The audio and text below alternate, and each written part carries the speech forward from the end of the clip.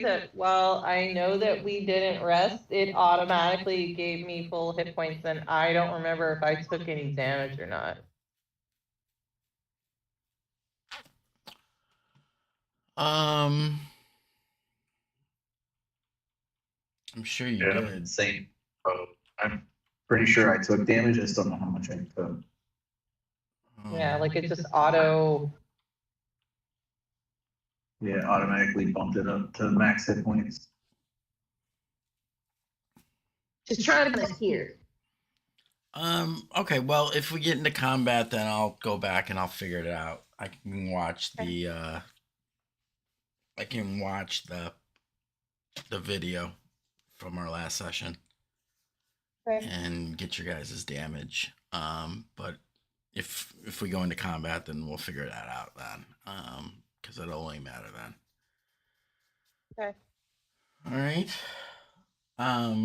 Yeah, so you guys had exited a tower and walked into a shitstorm of fighting. Drawn by the magic being released, tomb trappers had descended upon you guys, and you guys had to deal with them as well as some Nordic. And while you were doing so, a skeletal head and 3 Nordic seemed to be observing your battle, and only began to get interested in you towards the end. And after you had dispatched and fled, Villain mentioned that it was in fact a demi-lich that had been observing you, and had tried to get inside of her mind and curse her, which caused her to lose her normal composure, and curse and be very upset. So you guys had hightailed it out of there. But you have now 7 of the 8 of the pieces of the octet, with only one last tower to go. You had fled away from the collapsed tower of necromancy, and you find yourself on the here, I'll throw you guys on the map and then we can discuss it. Boop. You find yourself on the backside of this building there. And we need to get to the last one that I circled. Mm-hmm. Yes. So we're gonna head that way. Okay. So Briskly. All right. That lich skeleton skull guy is still flying around. Pretty sure he's dealing with the tomb tappers right now. So That's probably the purple light we saw before. Well, you guys had you were able to kill both tomb tappers. Yeah. And as they fell, had turned to stone. So now there are 2 giant stone statues of tomb tappers, one without a leg, because Kaz, with a mighty finely blow, completely severed one of its legs. It was paralyzed, though, when you did so, right? That was a stunning strike by a diminutive kobold, comparatively in size. And you wiped her out. I'm sorry, you wiped it out. I don't really know that there's a gender designation for tomb tappers. then as we were running away from the skull, it just happened to grow up to now I'm like 8 foot 3 inches tall.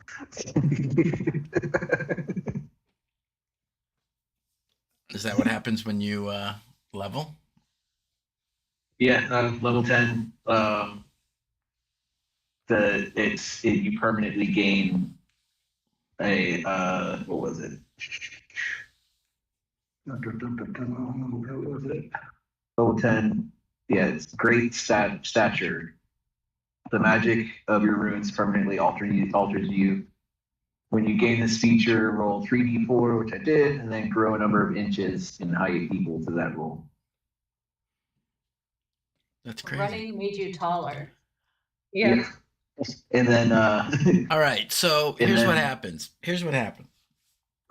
Because I don't feel like fucking watching the damn things to figure out you guys' place. So here's what happened. As you guys finish your fight and the adrenaline has kicked in and you're racing through, you guys feel kind of this.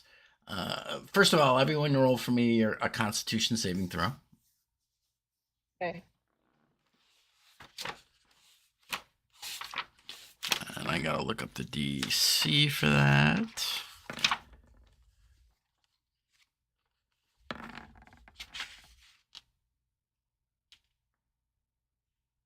Jeez.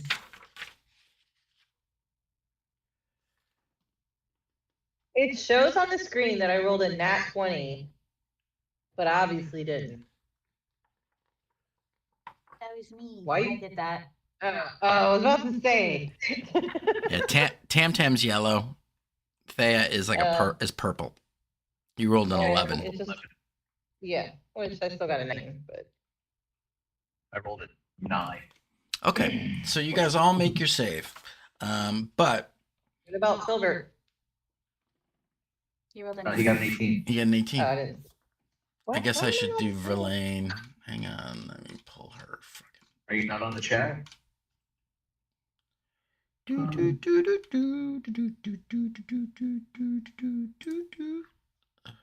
Oh, weird. I just didn't see his. I guess I had it like scrolled down a weird way or something. Oh, fucking Verlaine. All right. Well, ain't that a bitch? Just She's one. running, and she's old. She's running and she's old, and she doesn't like it either. Okay. Yeah, and as part of me growing, it also my giant's might, instead of adding a d6, it adds a d8 now to my damage.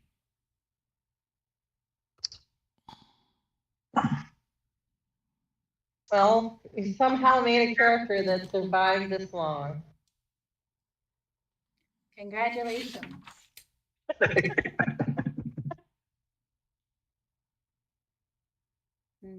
Now Tara has doomed your character to die this session.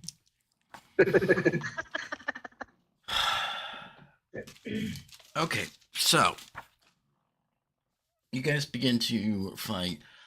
You feel this sense of, ever present kind of this unease and dread that you have felt, but because of the scare of the battle, and specifically after hearing that this demi-lich is there, you feel kind of this pressure and paranoia almost kind of pushing in on you, and you fight it off. You each in your own way find a way to kind of stabilize yourself and push it away. But as you do so, you and you kind of regain yourself, and getting almost like a second wind of energy. You feel kind of like the swirling magic of the place seems to kind of draws into you, and instead of having a negative effect, you feel stronger.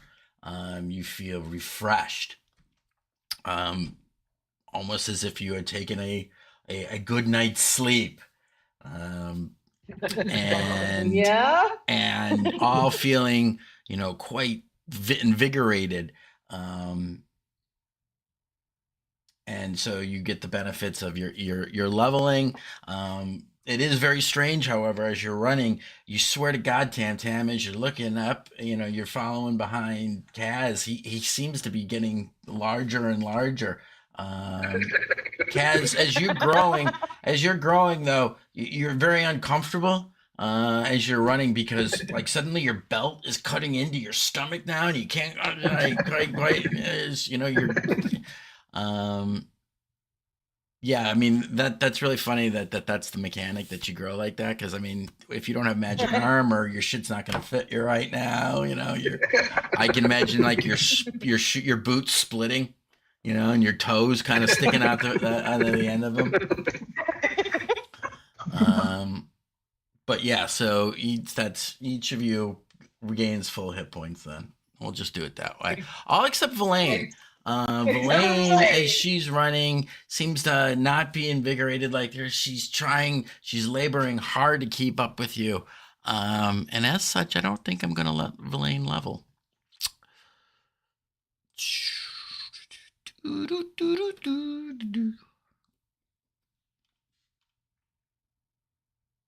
I don't know, maybe I will. You guys might need her.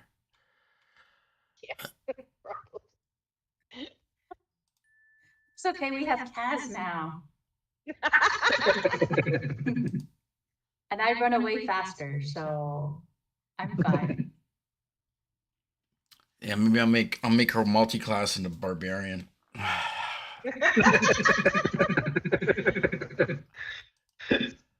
my god. I mean, she has to feel the rage hanging out with our party. Right?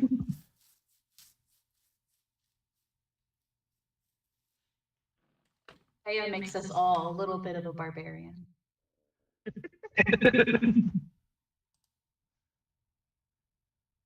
Actually, it's probably a good damn thing I leveled her up. Mm-hmm.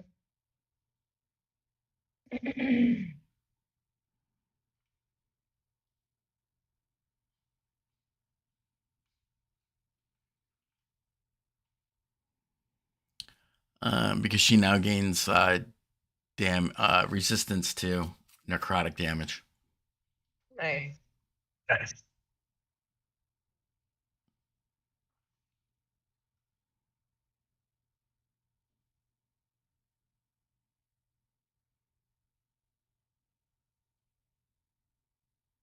How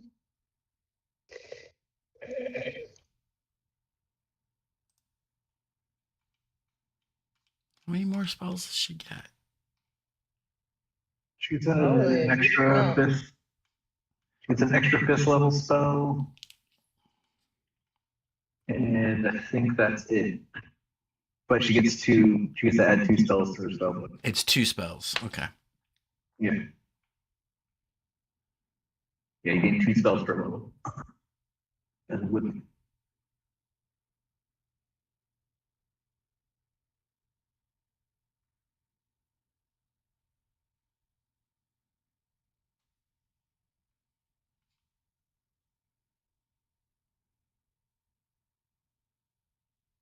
I could cheat and give her the perfect spells. Counter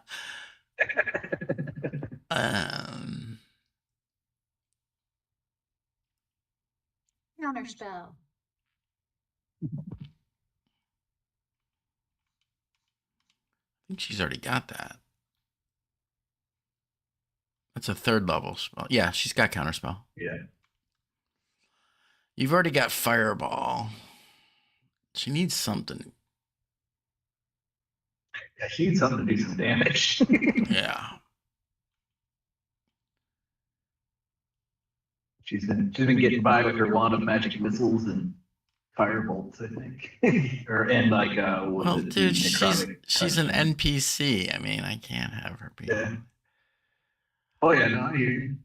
I'll give her a low-level spell so she can upcast. How's that? I'll let you guys decide. Should I give her fly or should I give her lightning bolt? I mean, in my opinion, the way that you've been playing Verlaine, as much as lightning bolt would be useful, I think that fly would be more characteristic of her.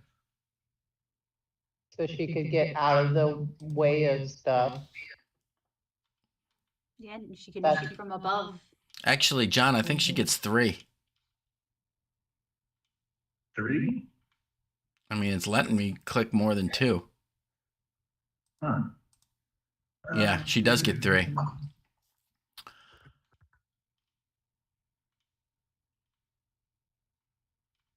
All right, I'll let you guys decide. And also, is there any other up to level 5? I mean, she probably wouldn't take another level 5 spell though. Up to the top first 4. Anything that you think she should have? It's a wizard, right? She should have. Every wizard should have identify, but that's my thought on that. But I mean, she can get a lot of it from an arcana check. I don't know. Should she have speak with dead? I don't know. I mean, it's up to you guys. She's the necromancer. I don't see why she wouldn't. I mean, she can. I can either give a polymorph. Black tentacles is cool. Dave wrote for polymorph. That's a transmutation. Or like innervations would kind of fit her. It's a necromancy spell. I really wish that these fucking things were in alphabetical order. I put them in. I shift. I'm on 5e tools. I listed the wizard spells and then did them by level. I don't even see innervation on this one at all. It's vampiric touch, right? She has Innervation vampiric touch. Yeah, she already has it. A tendril of inky darkness reaches out for you, touching a creature you can see within range to drain life from it. It's like a higher powered vampiric touch, essentially. What the target must make a dexterity saving throw, a successful save. The target takes 2d8 necrotic damage, and the spell ends. On a failed save, the target takes 4d8 necrotic damage. And until the spell ends, you can use your action on each turn to automatically deal them the 4d8. What level is that, John? 5. Oh, it's a 5th level spell. I mean, she only get to cast it like once. And she gets two 5th level spells. But yeah, I mean that's pretty on brand for her though. Does she have it inflict wounds? Inflict wounds would be another good one. Yeah, she's got inflict wounds. And I know she has vampiric touch because I've seen her heal that way before. I was thinking black tentacles because that just sounds cool for a necromancer, even though it's not a necromancy spell. She could do feign death, so when we all die, she could fake her own death. And not and then just resurrect us all. And now she has like a new necromantic team. Yeah, emulation though is she doesn't take any healing from that. Innervation? Oh yeah, it just drains life. Whenever the deals whenever the spell deals damage to a target, you regain hit points equal to half the amount of necrotic. Oh, I'm looking at emulation. Yeah, immolation is setting things on fire. Yeah. Yeah, enervation. Okay, sorry. Yeah. Oh. Let's see what else. What's Spirit of Death? That's the book of anything. I don't think we're using that in this game. No. All right. Element. I'll take. I'll give her enervation. Does she have blight? Yes. David, she's already got polymorph.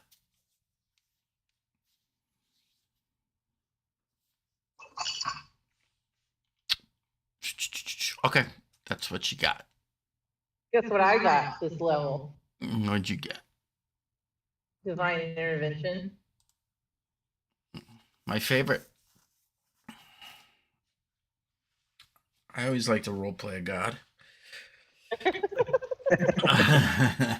already roleplayed Lathander, so I know. I enjoy it. All right, she's up to 74 hit points. Not bad for a wizard. Yeah. Don't forget your Heroes Feast. They took the points away. Wouldn't it be worn off by now? It's 24 hours. Oh, So what? that's What? right. I'm supposed. It gave her what? +10. I believe so. Yes. Yeah, because she didn't I even. get my +10 from Lysander. She didn't. Yes, you do.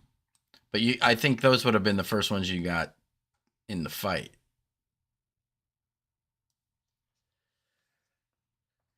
You didn't actually. It hadn't been in another dawn.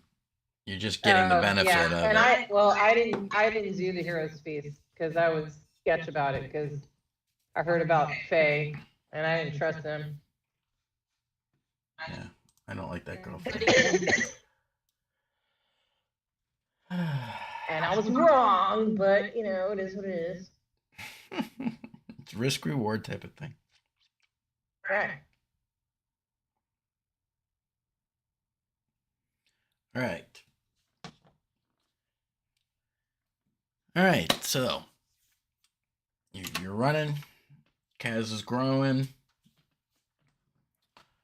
And you're heading towards that final tower. Anything? What are we doing? Talk to me. Tell me what's going on. I mean, don't you think Clover should scout out a little bit, find us a proper path? I thought we were still running. Oh yeah, true. We are running. We're just trying to make sure that that skull doesn't catch up to us and we're headed straight for the tower. Yeah, there's much distance between us and it. Yeah, I mean, that's where we already left off. You guys make it around the backside of this large building here, which I'm trying to remember if you've actually been in. Hang on. I don't think so. No, we didn't realize it was a tower. No. This one. Oh, I don't remember if we ever went in that Yeah, building. you guys, as you guys are running around, you see the building that you kind of are passing. 8 tusk-like towers are embedded in the walls of that rather monumental-sized building. And there's spears arching up over the top of a shattered roof.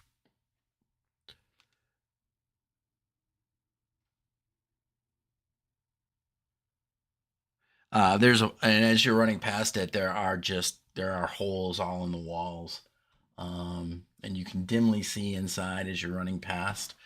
Kind of a large open look appears to be like an open area just inside some of these holes, scattered along the wall, cracks and whatnot. Some of the masonry has fallen down, which would give easy access inside.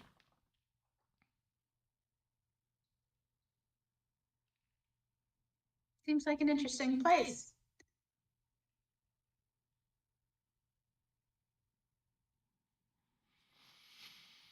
Yes, it is. As you guys make it around the side of it, and make the turn in towards the main central spire, looking back over your shoulder, now you don't see any of that telltale green glow any longer. Buildings have now interposed between you and the scene of the battle. And you don't see any further of the green glow. Oh, and I'm an idiot. Hang on. Uh-oh.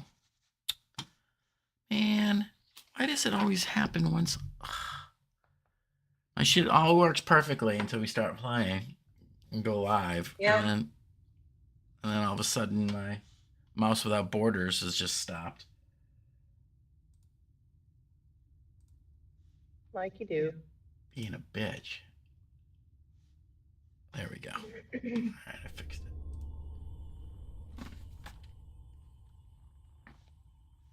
All right. So you're out on the street. You're passing that building. What are we doing? You guys just gonna keep pell-mell running? No, Or I mean, you tell me. obviously, we're at the building that we were wanting to get to. No, you're not. No, that's not the You're building not we're trying to anywhere get near to. it yet. Oh, We ran around a building. oh, sorry. He's describing the building that we were running around to get away from the stuff. Which is this building. You guys are right here. I'll even draw you. How's that? You're right there. Oh. Okay, well, we gotta keep going. I mean, I don't see the green guy. Maybe we, don't need to like run. Maybe we can briskly walk.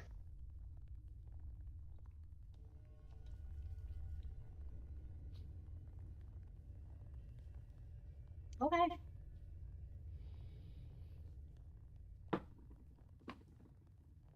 Okay. We might run into more of those cultists, so I've got my, listening and looking ears on. Because they're apparently trying to find towers like us.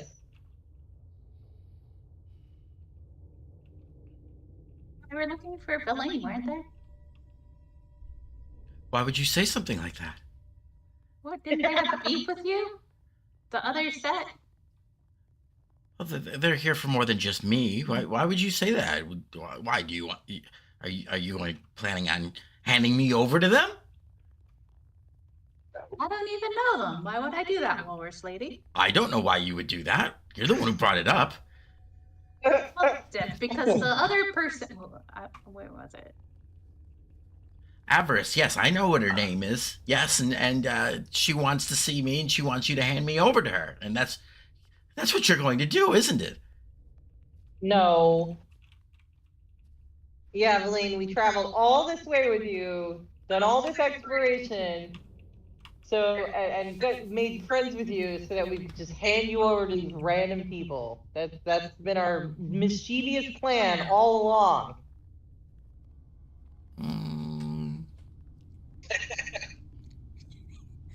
You know me, I'm the most devious of them all. Roll a persuasion check.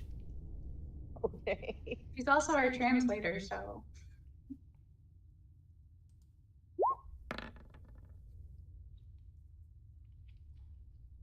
I'm not lying, so.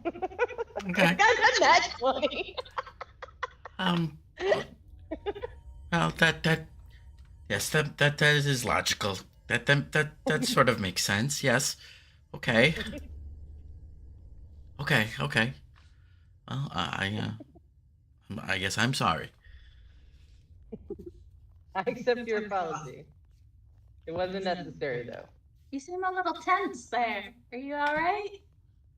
I'm fine. Why would you ask? Except for the fact that she's terrified of the demi-lich that we're briskly trying to get away from. Aha, she's lying. If you're smart, you'll be terrified as well. I don't know what they are, but if you're terrified of it, I'm sure it's bad. It seems big and small. Well, I can tell you that a demi-lich is a lich whose can I pronounce this right now? Phylactery. Thank you. Whose phylactery has been depleted of souls, and it has not been able to feed on it. So it is reduced and more feral because of it. That's why we only see a skull floating about. But any bit of vestige of humanity and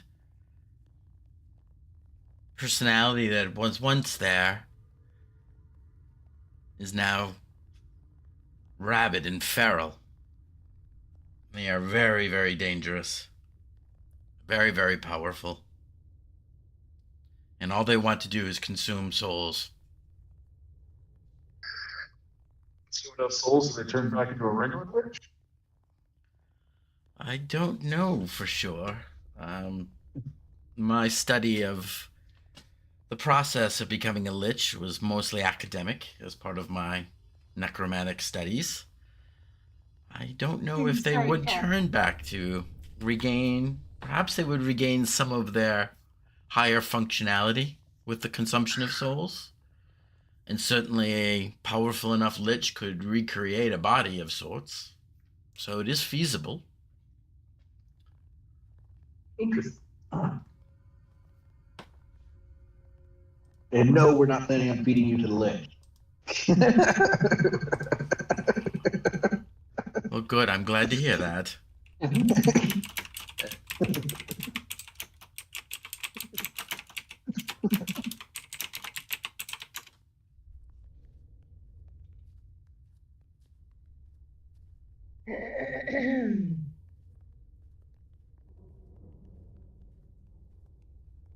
Trucking along. Yep. Keep our eyes out for anything suspicious. Yeah, I am. I'm gonna roll because I've got my ears and eyes on swivels. You want me to roll a perception check? Yeah, anybody who's kind of keeping an eye out should do so. 26. We're all keeping it.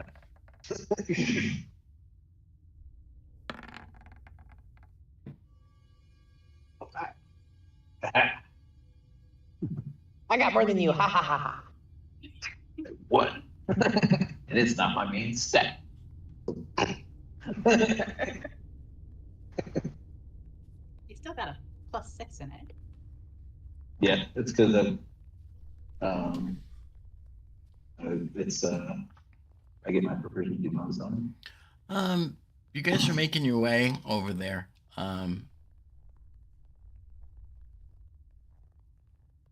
You don't hear anything more than you normally have in the streets. That kind of quiet with the occasional sound of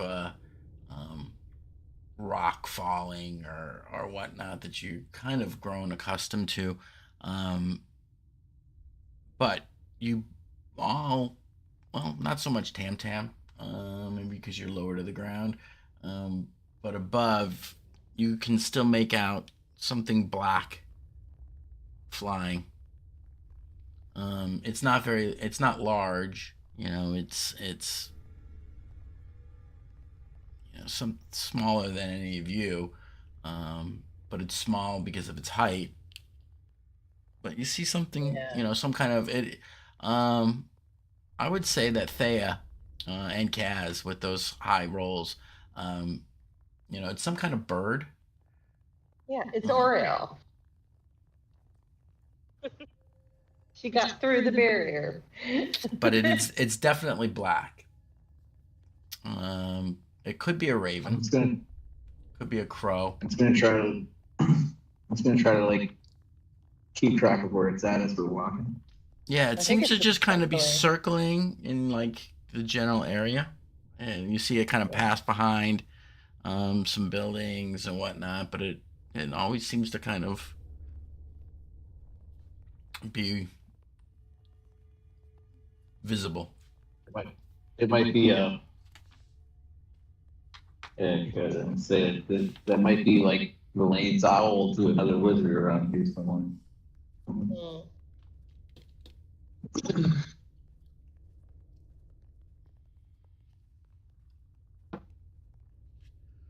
Okay, Awesome. you guys make your way around. You get close to the path that you chose, the direct path to the tower, brings you very close to the wall of force surrounding the central tower. Done. And you can clearly, at that proximity, see and sense even, almost kind of like making the hair on your arms, on your coats, on the back of your neck kind of stand up from the sheer amount of power that is being utilized to create this wall of force between you and the central tower.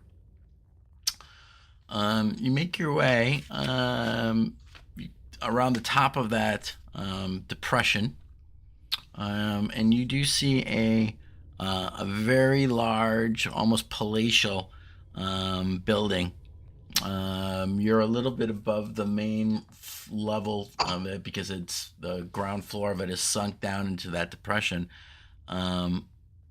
But the roof of the building, as you pass behind it, that's domed and glittering.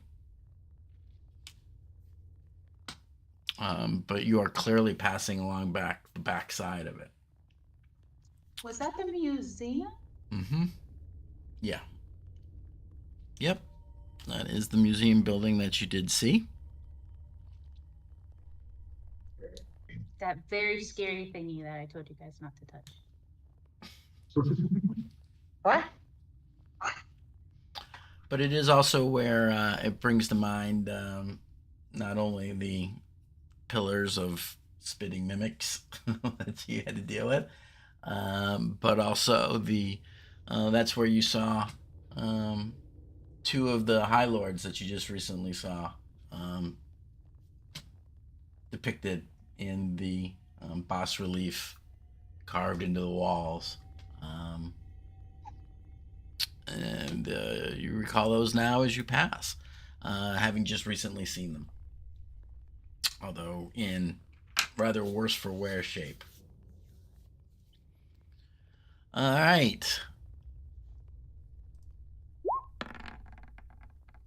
Okay. Other than that, you make it to your destination without any further incident or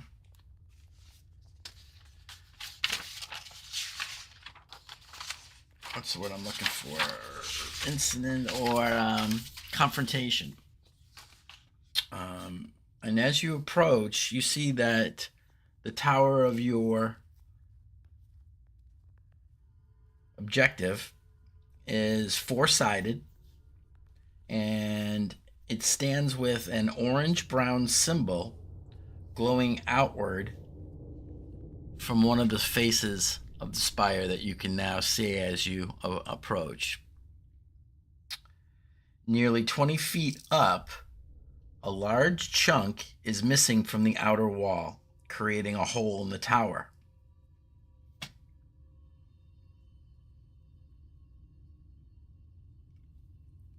Do you guys want to kind of investigate the area? What do you want to do? Yeah. Then kind of try to make our way around it and look at, Okay. Yeah, so you guys make your way around the tower. You do note a couple of things. While many of the buildings in the necropolis that you've been exploring have like ornate stonework and carvings and fanciful shapes kind of worked into the stone of it, this tower is notable by how utterly smooth it is. And other than this kind of cracked hole about 20 feet up, and this large kind of chunk of broken stone that you can see on the ground below where that hole is, the entire, as you circle around it, the building is impeccably smooth, and it is utterly devoid of any other window or door or entrance of any kind. You do note on one side, however, there is worked, while everything else is smooth, there is a slightly different color to the stone, giving the impression of an arched doorway. However, it is all still smooth stone, but there is a bit of darker stone that goes up and arches over the top, and it calls to mind some kind of a door, but it's all stone. smooth.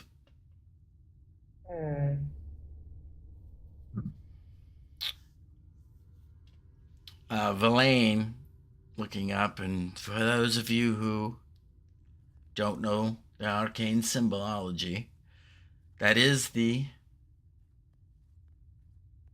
symbol for the order of transmutation.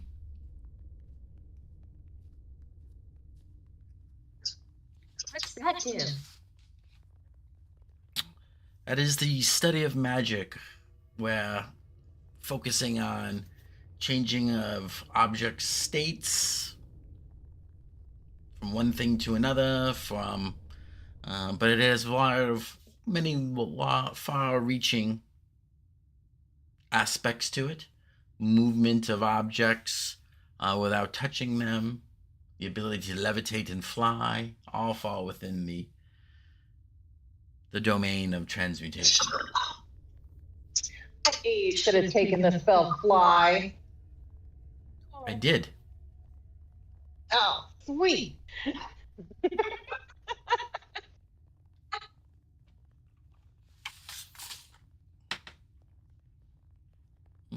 Well, I don't see any way else up there unless you can fly and let us in, or I don't know.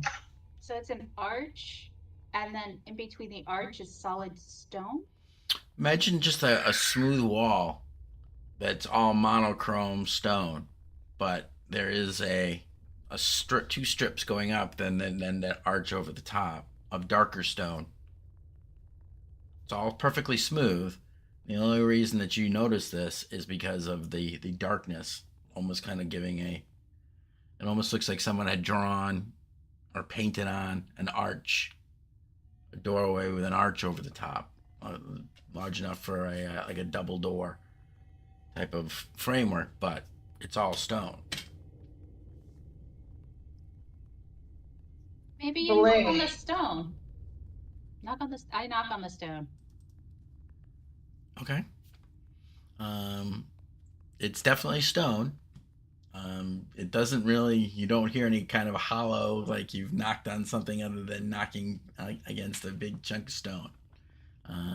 So the only sound is of your arguably hardened and tough knuckles from hours of punching boards and drills, actually punching stone. You are well familiar with the feel and sound of hitting solid stone. Yep, that's pretty solid.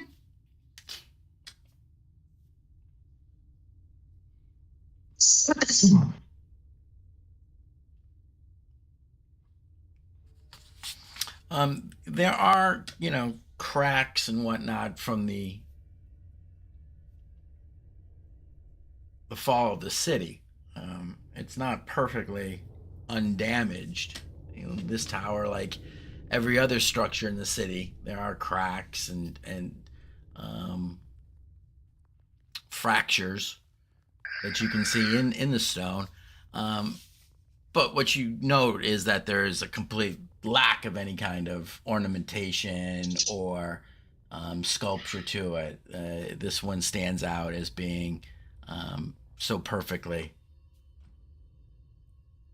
attempting to be perfectly smooth. So this isn't a hole right here, right? It's just dark. What?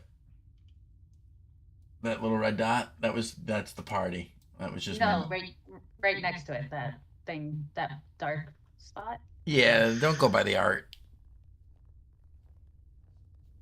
Stupid art. Yeah, we'll say that's Right. yeah. I mean, that's I don't know. Apparently, the person that they got to draw the city didn't actually read the adventure. Surprise, surprise. I was like, what does he mean? There's a doorway right there. It's gonna get a lot worse as they start using more and more AI art instead of actual artists. Oh, this thing is now what, 3 years old? I'm sure. Yeah. Well, So there's no windows higher up either that we can see. Nope. And also remember this whole section of the towers is this is me. This is not in the book.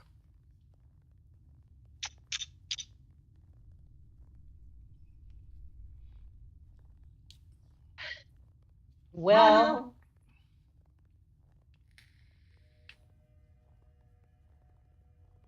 I wish I had known and prepared a different spell.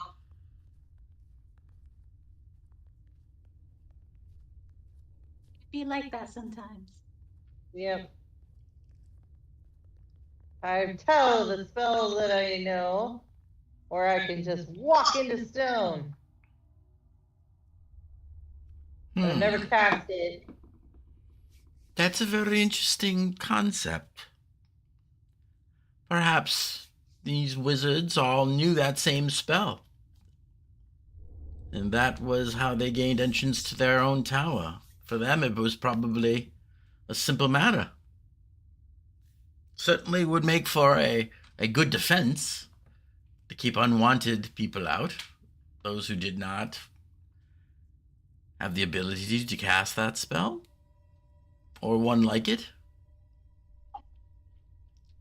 Alas, Well, I did not prepare that. Lathander has So not granted me that wisdom. the hole is 20 feet up. Kaz, you're now 8 feet tall. You just jump. You like Michael Jordan that. I can shadow step up there.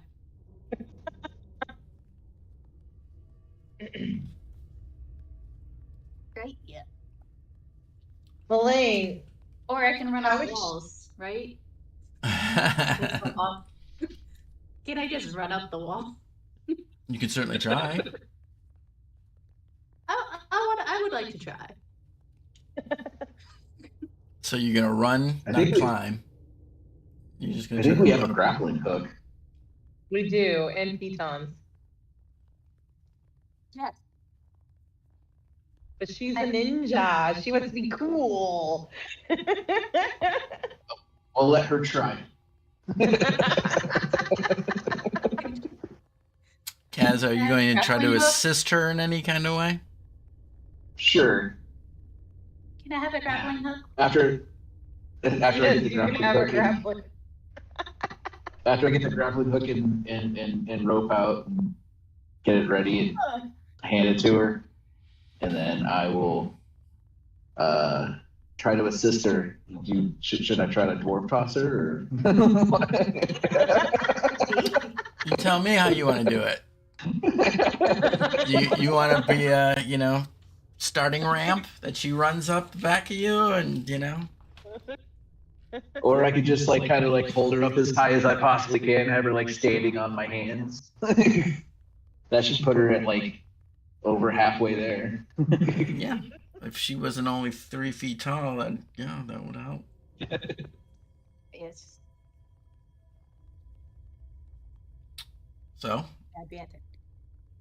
how do you want to do it? So, if he puts me on his hands, can I see? Is it dark in the hole? It is. Yeah, there's no light coming out from inside the tower at all right now. So then I'd like to shadow step into the hole from his hands. Okay. I mean, you can try to run up the wall first.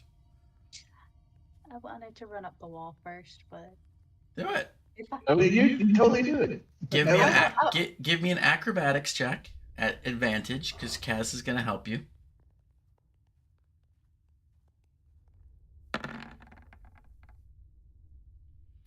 All right, so Kaz is kind of there, and he kind of puts his hands up against the wall, and you kind of step back from him, and you take a running, and you kind of run up his back, and up his shoulders, and you kind of launch yourself up, and you start to hit the wall, and your feet are going super, super fast, and you kind of make it up, and you kind of run out of steam just a little bit, and your feet don't quite make the thing, and you start to slide down.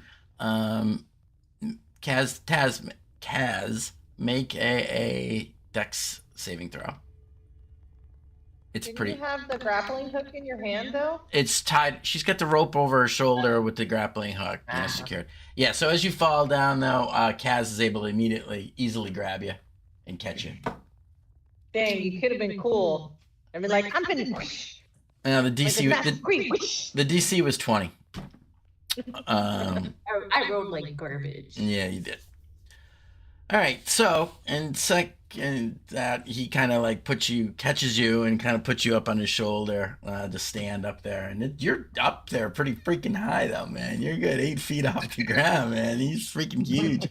And his shoulders are now so goddamn big, man. It's like, you could do like a little dance up there, man. It seems like you got so much room up there. But you see, it's dark inside there, and you use your call upon your key and step through the shadow, and you find yourself inside of a small room. And as soon as your feet touch the ground, you kind of step through the shadow. Torches on the wall burst into light, and they seem to, without. What's your passive perception? 17. Yeah. So they burst into light, and they look like, burning torches, but Ow! you instantly note that you don't hear any sound of fire or kind of smell any smoke. All right. But it is bright and you can see into the room quite clearly. Somewhat startling you a little bit.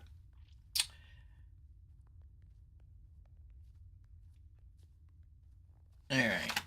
So let me pull you onto a map here and I'll show you what you see. It was nice knowing you all. Yeah, well, it's fun to split the party. All right. No. Set that grappling hook. I was blinded. Yeah, so I was like, ow! Oh, ow. Oh, we'll put you over here.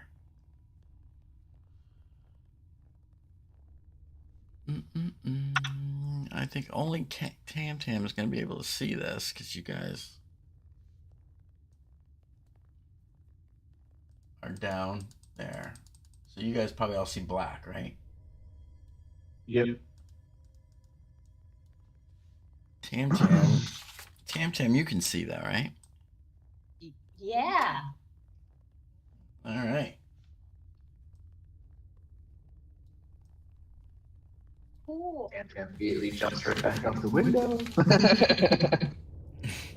All right, so Tam, beyond the hole, as you're kind of inside and your feet touch the ground, you see that there's a torch lit by this door. That torch that it's by a door. You see boxes and containers are strewn all around the floor in this room. There is a bit of the floor is broken where the hole was in the wall. A path, though, seems to have been cleared, leading from the door to 2 life-size mannequins. The figures are dressed in strange fashions, and they are lying akimbo on the floor.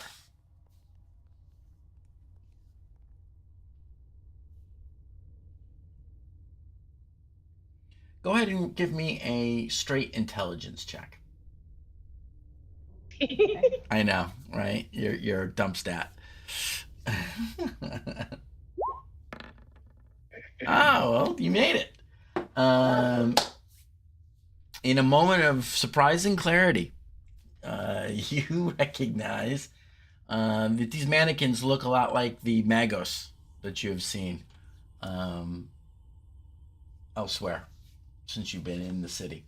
Although they don't have the glow about them that the other ones did.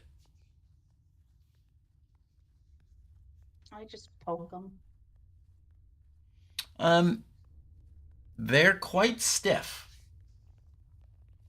That's what she said.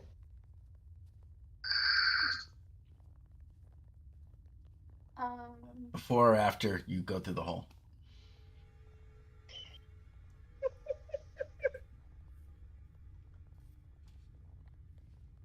So I'm just gonna. And there goes our YouTube for kids rating right out the window. Not kids in Florida. So I'm just gonna walk to the other side of the hole. Okay. Because I don't trust that. Is there looking at this, is there any way I can anchor the grappling hook? Any like solid piece of anything that might not move? Yeah, I mean, there's all kinds of jagged edges to the broken floor, to the broken wall, along the hole. Certainly, you don't even need to check. There's a plethora of areas that you could anchor the grappling hook to. I will try to anchor the grappling hook onto one of these faces. Okay.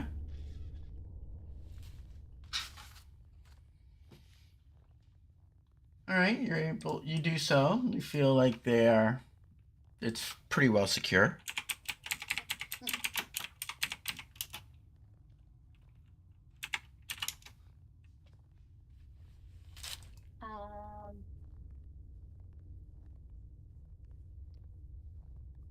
I'm just gonna throw some pebbles down the hole because I don't want to make loud noises in here. All right. So you pick up. There's enough little debris and whatnot that you're able to pick up. Hand-sized rocks, and you, fool of a took, throw them down the hole. And then I'll throw the rope over. Outside? Okay. All right. You hear the rocks kind of clank, tink, tink, down below you. And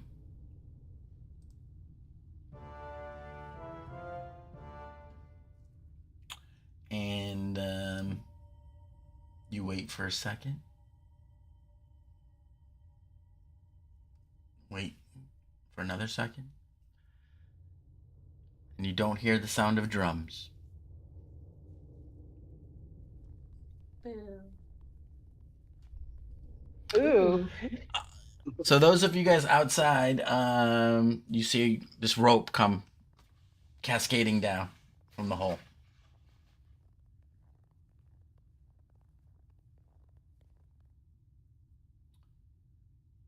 But you don't see Tam Tam. But while you're down there, before the rope came out, and suddenly there was light up in the now clearly visible bright light coming out of the hall, if not above. And you guys can make out the ceiling of some kind of room. Looking up, you can see that there's some kind of room, and you guys can see like a stone ceiling.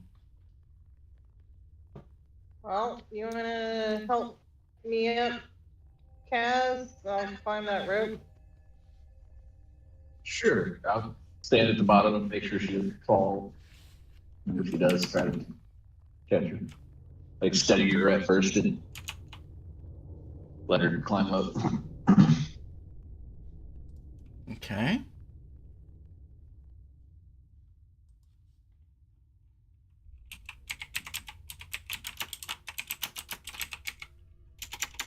And I'm just checking something here.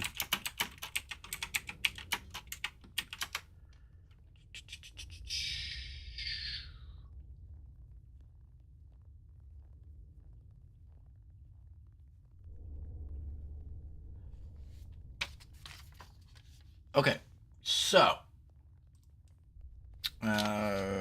give me a athletics check, I want to say. Yeah, Sounds give me right. an athletics check at advantage.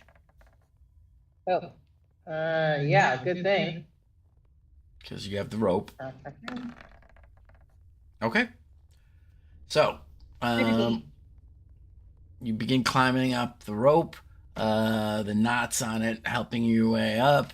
You slip at one point, almost tragically, but the rope catches you. You're able to catch yourself on the rope and not let go, and you're able to make it to the top and clamber over the edge of the hole into the room. All right. Hang on. Every single time it does this, I really need to remember to updo this. Okay. For fuck's sake.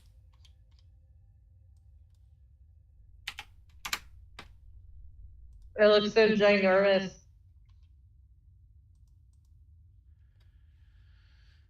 Because Tam's so tiny. You are pretty big, bright lady. Hey now. But not as big as Big Man. There you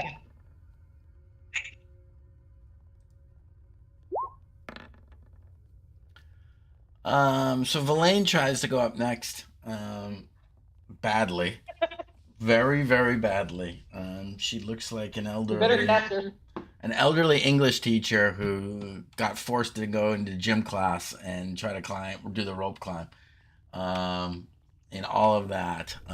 She is just, and just falls completely off the rope. Kaz, give me a dex check just to see if you catch her or not. Dex save or dex check? I think it's the same. It should be the same, right? Yeah. No, because I have proficiency in dex saves. Yeah, so. then go ahead and do a dex save.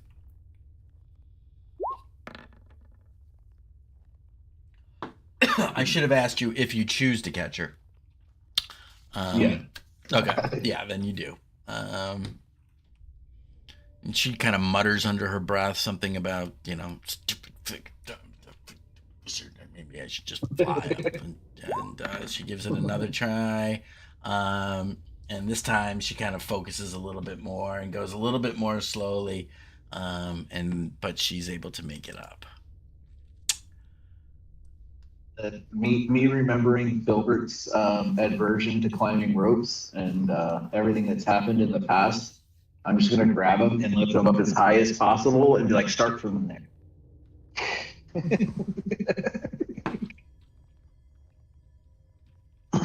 I would say that Filbert, with your with your boots too, you have more purchase, and you make it up. Your boots tend to help you with any slipping and whatnot, and you make it up, no problem.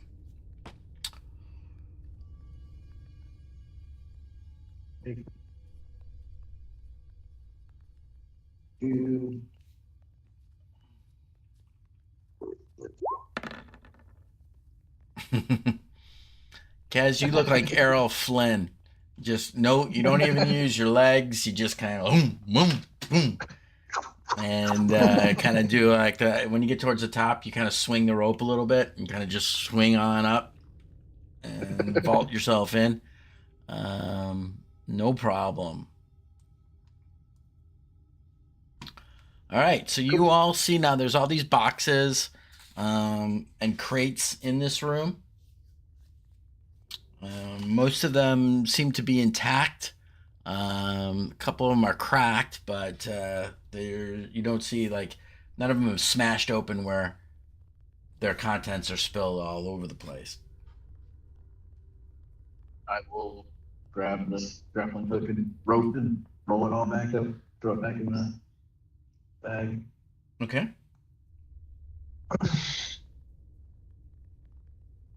All right. Well, wonder what's in these boxes.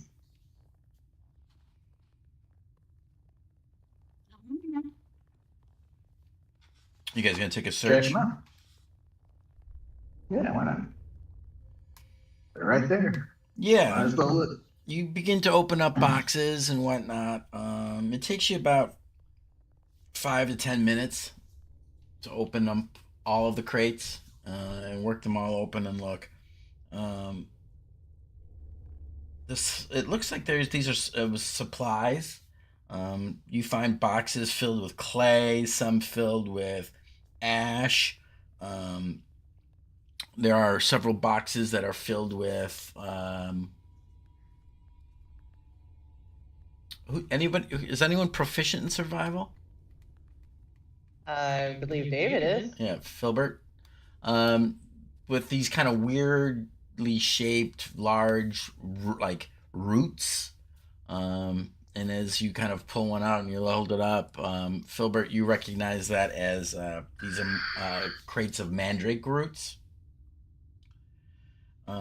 You do find one kind of smaller casket, if you will, that seems to be made out of some kind of like dark mahogany wood, different from the others. And when you lift it open, you find inside a jewel encrusted dagger. Very ornate, quite a bit of jewelry, jewels. You see rubies, sapphires, and the pommel has a good sized diamond set into the pommel. Ooh.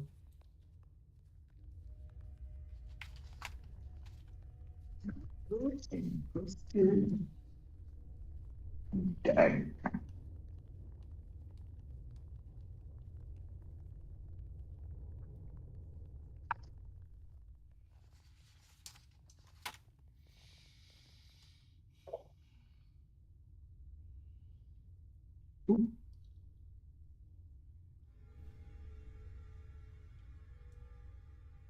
Right.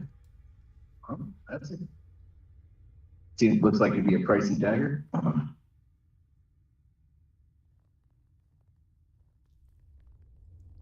Throw that.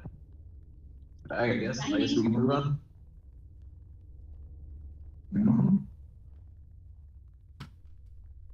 You can go through the door first if you want, big man. Okay. I will squeeze through everybody and open the door.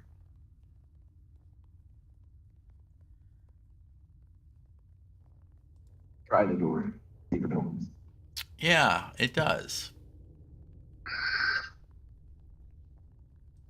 We'll peek my head through. As you open the door, the room behind is dark, but sticking your head through, suddenly the room bursts into light. You can see several torches, just even directly in front of you, that have lit up, similar to the one next to you. On the other side, peering in, you see a skeletal body that lies broken on the floor of the hallway in front of you. Sus. Go take a look at it. Okay. It just does it have like anything around it or?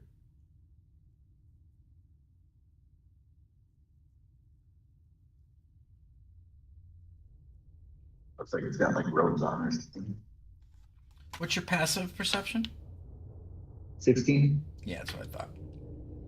Yeah, it does have. Well, first of all, yes, it absolutely does.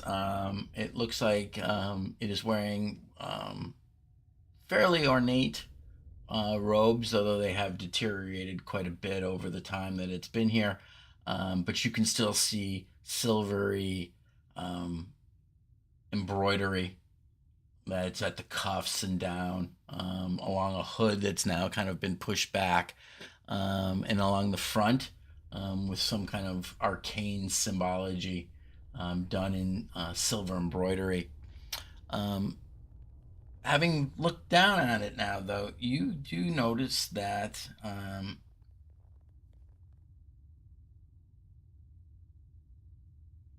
that there seems to be something in its robe.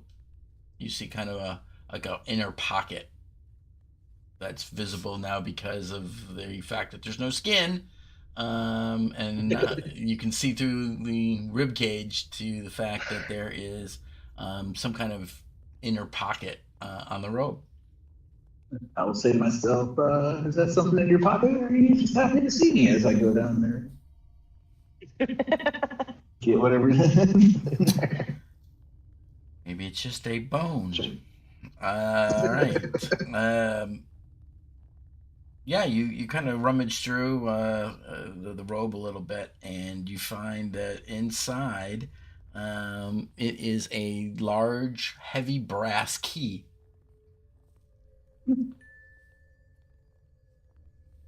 Heavy breath key. But as you kind of approach up to that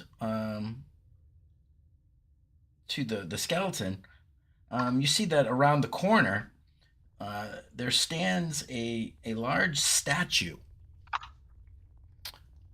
right here. Oh.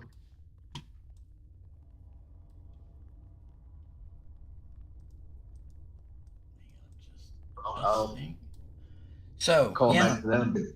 Oh, go well, ahead. you see a large statue that is kind of positioned so that the back of it is to you, and it has been positioned in front of an intact 6-foot tall cylindrical chamber, which is topped with an intricate crystal rod.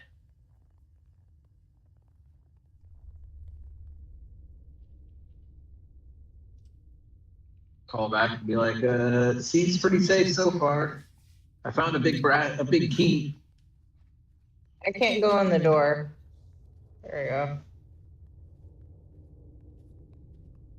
we go. Ugh. And I found this key on. And then there's a statue with some thing with a rod over it. Yeah. Any idea what that statue. is?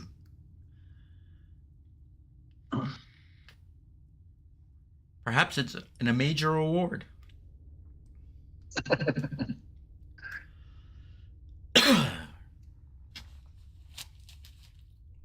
don't know this I tower wouldn't know isn't your anything. specialty, but you're the only arcane person among us. Maybe you know something about it.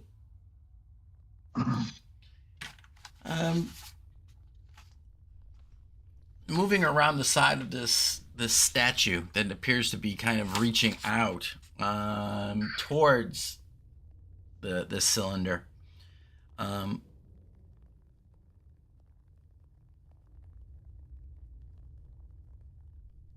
It looks as if that has 2 keyholes in it on the side with a lever that moves horizontally with 3 different positions. Behind its transparent door of the cylinder, there is a mannequin which has been haphazardly propped inside this, what is clearly now a device of some kind. As you were approaching it, Kaz, you hear the kind of crunch and crack of the floor, which is sprinkled with bits of broken glass vials. Many of them seem to have contained a silvery liquid. And you did pass another door that leads out of this chamber in the center. On this side of this kind of a corridor, it goes down. You see a large shelving unit that's kind of like built into the wall. And in front of that, there are a lot more of these broken vials, just there's like a pile of whatever was on that shelf seems to have fallen down. Doesn't look like there's anything left on the shelf at all. There might be. If you can, if you search it, there might be some things. There's definitely some stuff on it. Some broken. There might be something that's intact. And you've asked Verlaine to kind of examine. Look over that, yeah. And I was like, I'll show her the key. I was like, this my might God. Bruh.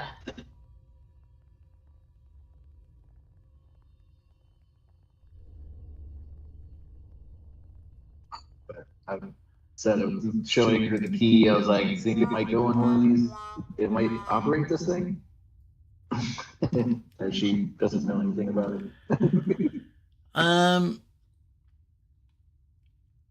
Well, I think she would be at advantage, to be honest with you, because of. Yeah, just still. Just her looking at it, though, she sees that there is.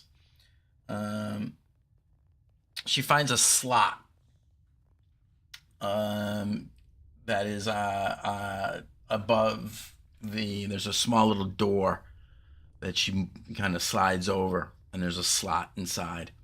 And looking down at the vials, some of them are more intact than others. It is about the same size as these vials. Oh, okay. She also notes that as she picks up the vial, it says on it, there's Draconic script on both that matches the inscription on this door. And she's able to read, and she translates for you. This says Quicksilver. There is another word on there, and this says blood, and she slides open that little door, and inside she pulls out, there's a tube, and she pulls out the tube, and it's tipped with a needle. Interesting. Okay. And above the two keyholes, just below the two keyholes is this kind of lever that has 3 spots, and underneath each of the spots there are words in Draconic that she translates for you that say Demos, Galvin, and Hypnos.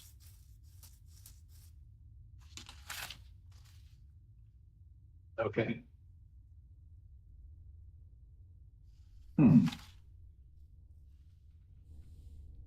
Is this some sort of like machine thing that'll turn stuff from one thing to another? It seems Guessing possible. blood. Suddenly I just don't feel very knowledgeable about things. Alright, well, I'm gonna see if I can. Anyone else can roll an Arcana check to try to figure it out, or you can make your own assumptions.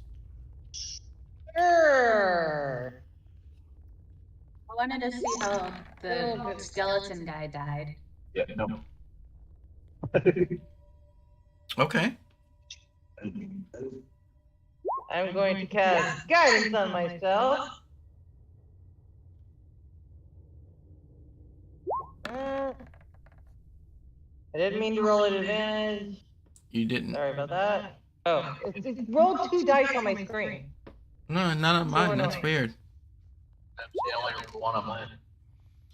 It's terrible. Alright. So 10. Yeah, you guys don't, gather any kind of specific insights. I feel like it's like right there. Further I clues. don't know.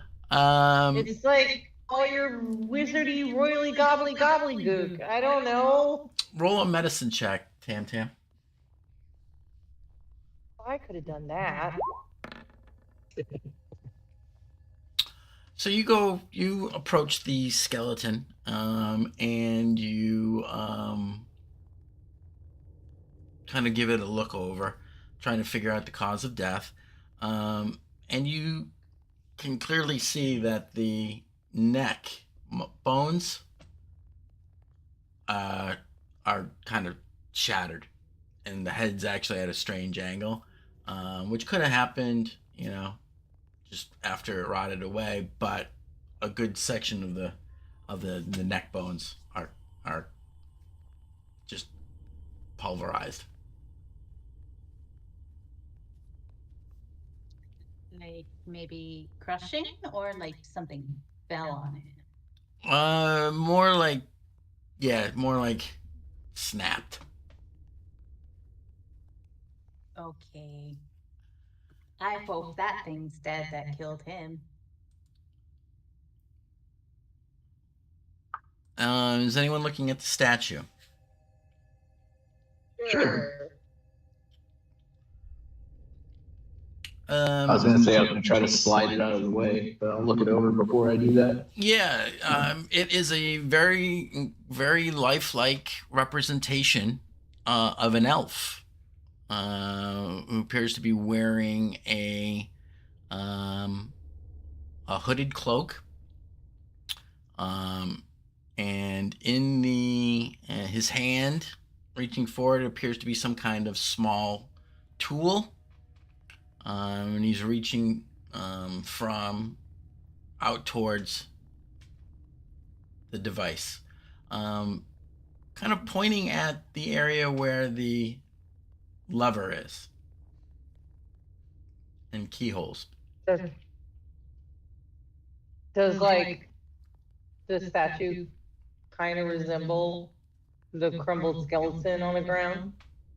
Like maybe his cloak or. No, this one actually looks like it has skin.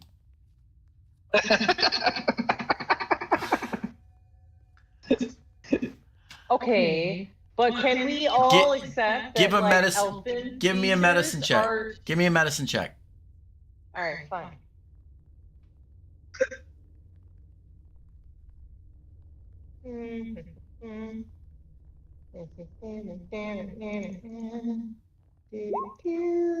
Guidance.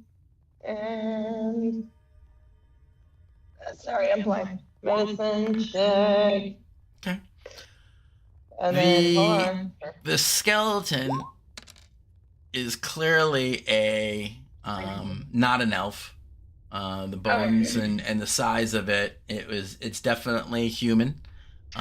You would guess that it's very likely by the size of the hips a male, and if in fact a rather tall male.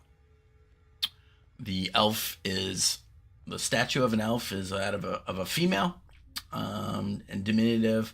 The clothes that you can see almost looks like more like leather armor underneath the cloak. It's certainly not wizard robes of any kind. Got it. Right, well, I'm gonna attempt to slide the statue back.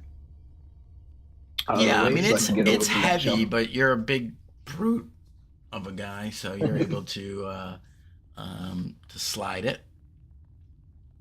And then I'm gonna go check over here on the shelf. Obviously pointing to the thing. Yeah, I know.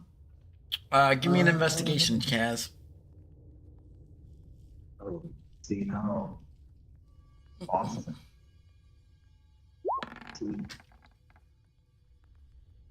16. Too bad. Mm-mm-mm. You know what? Fuck. Roll 20. I'm gonna roll my own dice. I was gonna say, I thought you were doing that. You find one vial that somehow survived the crashing of the city, and it is filled with the liquid silvery substance. Alright, well, I'm gonna take it over to Villain. It's like, does this look like any potion or anything you've ever seen?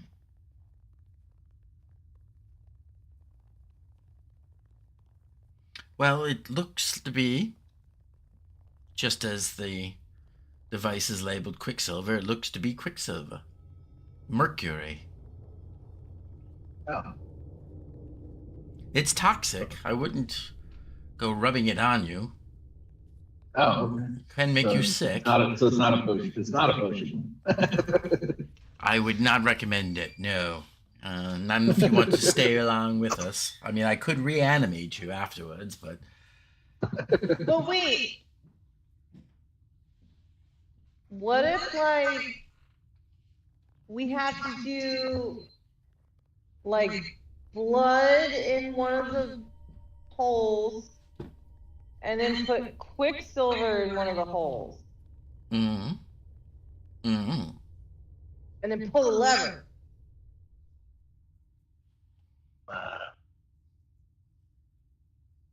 That sounds possible. All right, well, let's try it then. I don't know any of this stuff, so whatever you guys want. Well, we probably need cobalt blood.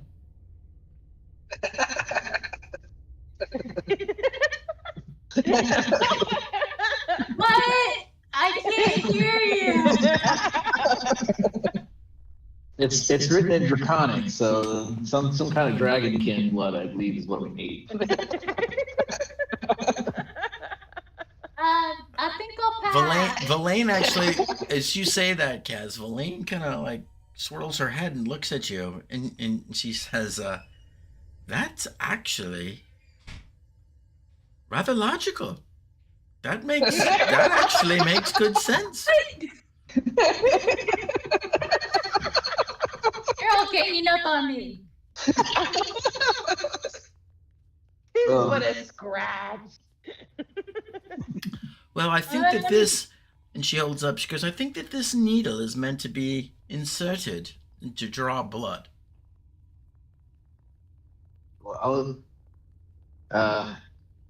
here's the thing, why don't you see if you can get it in properly? I'm not trained in any kind of healer type stuff. So, you then? Yeah, sure. Why not? Okay, fine. Although you made a good argument for Tam Tam. I don't think she's gonna do it, no matter how good the argument is. You're so right, big man.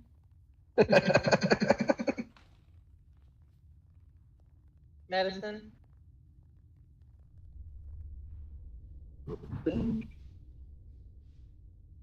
Nick? Yeah. Medicine?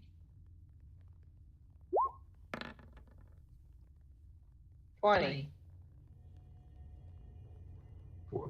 Minimum 20. Plus, hold on, plus 22. 22. It's that big giant thing. Yeah. Precisely.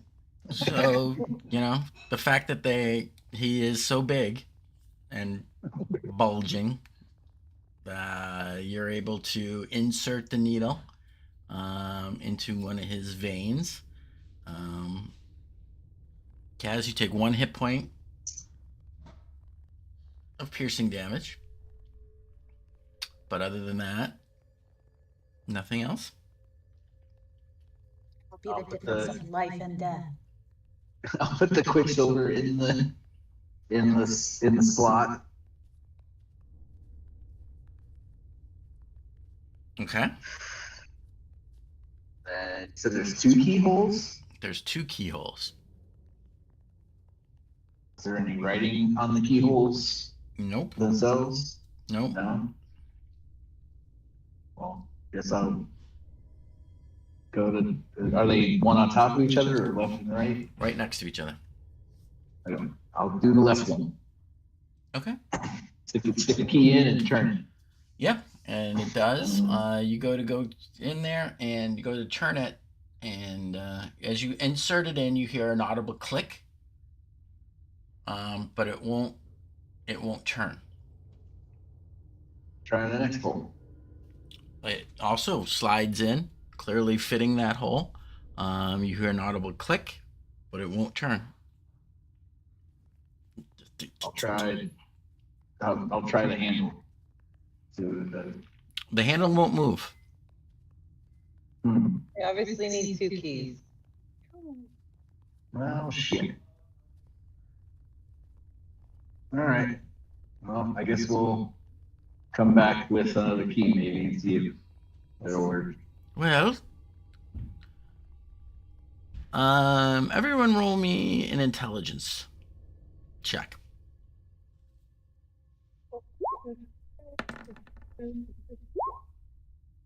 3. Nice. I got a 10. Oh my god.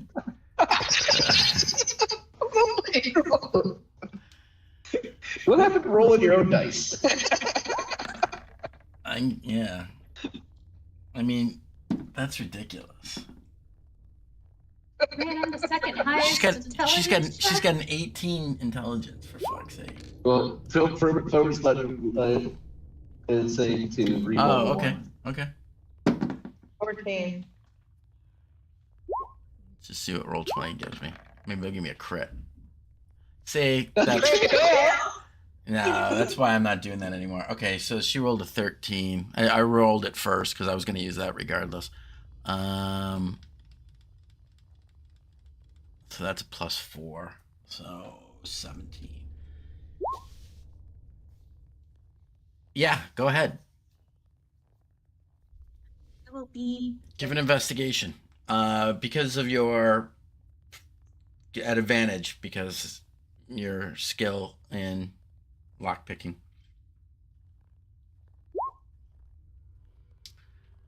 Filbert, you can look at the holes and the way that the tumblers are, and putting the key in. You watch as he put the key in; they fit in both thing, both key slots use an identical key.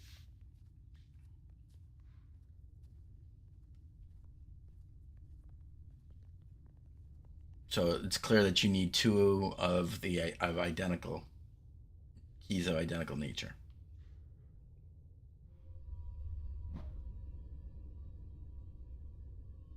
So you can mimic a key filter.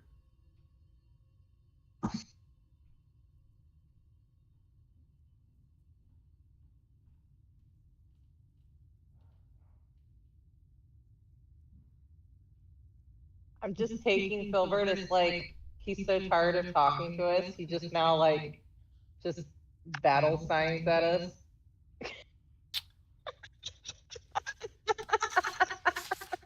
I don't know if Rebecca had to step away for a sec. So, and Yes, he did. And I just had my daughter just walked in. I need to check with her for a second. So let's just take 5 real quick, and then Okay. we'll come back. Cool. And that way she can come back and be part of this conversation too. Cool. Cool. I got to pee in.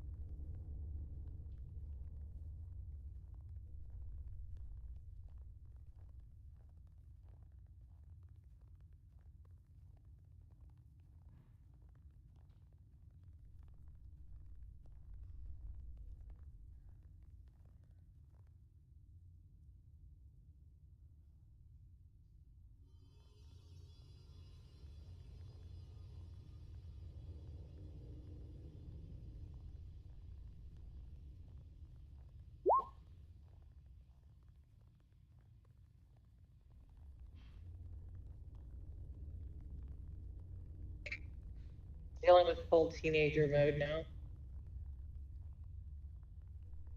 Talking to Rebecca. Oh. How old are you So, guys? well, the oldest is 15, and the middle oldest is about to be 14, and then my son's 12, and my daughter is 10. So I'm dealing with preteen trauma from my son, who just seems to love to call me while I'm in the middle of game, even though he plays Dungeons and Dragons himself. So he knows. He should know better. Yeah. So this time it was because I spent Sunday deep cleaning their rooms, like with them, because it needed a deep cleaning. Because you tell a kid to clean their room, and all my kids are fucking neurodivergent as fuck. So it's like, I get it. When there's so much just like random crap, you don't even know where to start, and it's just a lot. So I did a deep clean of his room, and I found his Christmas present that he lost. Because his room was such a fucking disaster, which was a $20 Steam gift card that he had gotten for Christmas from his aunt. And he was like, "Oh my God, I finally found it, yay!" And I was like, "Yeah, this happens when you clean your fucking room." And I guess he tried to use it, and when he scratched off the thing, because again, it's from Christmas, all the numbers came off. Oh no. And it still had the receipt taped to it when I gave it to him. But I guess he threw the receipt away as well. So I was like, "Well, bud, if it has a receipt attached, you can call Steam or the company they got it from, if it was Target or Walmart or whatever, and they'll replace it." And then I threw it away. I'm like, "Well, but I don't know what to tell you. Like, I didn't buy it. It's months old. Like, I'm in the middle of game." Like, and it's like, "I guess I just can't have anything. Bye." Well, apparently that's falsified because apparently it's enough stuff that he lost it in the first place, right? Yeah. Oh no, our kids are not wanting for anything. I mean, we're not rich at all, but like, they think they're wanting for things, but they're not. Mm. John, you're muted. Yeah, none of our kids really know what it's like to really want for anything. I mean, obviously, there's things that they want that are too expensive for us to buy for them, but like, they have no idea what it's like to go without really anything. Yeah. Like that, every time the kids walk into my kitchen and say they don't have food, I want to strangle them. There's nothing to eat. I swear, I grew up with food insecurity.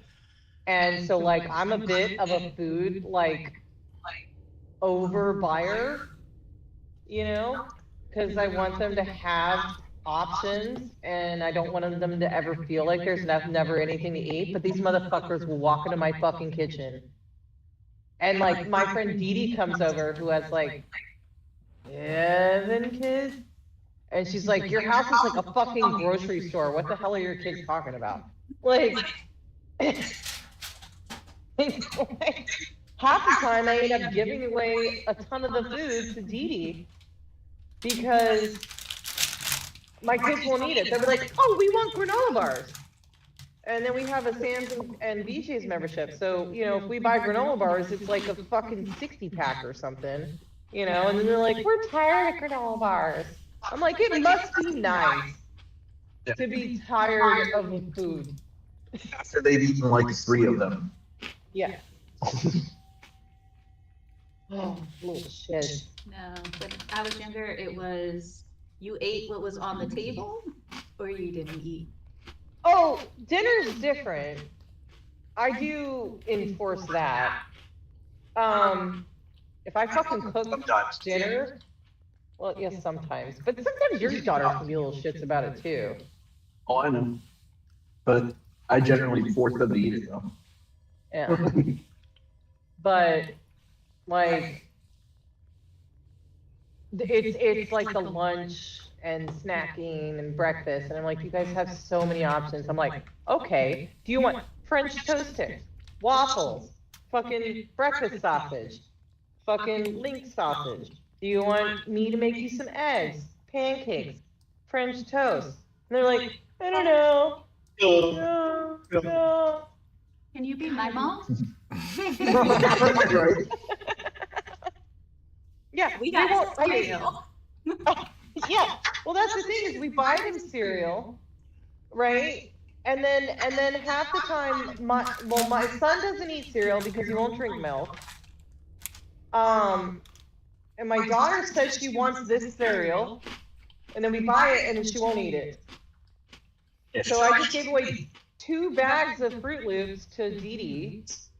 And then the girls, because the girls wouldn't eat the Fruit Loops, they only want Fruity Pebbles, which I hate buying because they eat it in literally a weekend. Like 2 bags. It's like this is the equivalent of 2 large boxes of like the large size boxes of Fruity Pebbles, and they will eat like an entire box per morning over the weekend. I get it. Yeah. I used to too. I did that with Cinnamon Toast Crunch. That's a bit more filling. The problem I have with Fruity Pebbles is that it's so small. It's compacted. Yeah. And All then they right. just pour after pour. Did you Tam, Rebecca, whatever, I don't know what I should say, who's like referred to here. Did you hear the conversation about the locks and the keys? Gilbert was gonna investigate the keyholes. Yeah, he investigated them and determined that that both keyholes were identical, and that the keys that needed to be in them were identical. Cool. Who can replicate? Well, he said he's going to try to pick the other lock while I have the key in the other hole. Okay, I'm gonna just step back into the other room. Good luck, guys.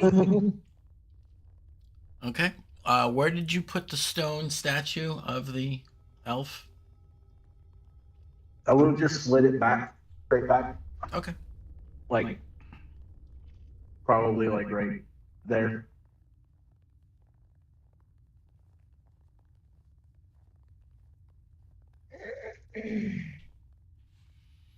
All right. Let me just double check one thing.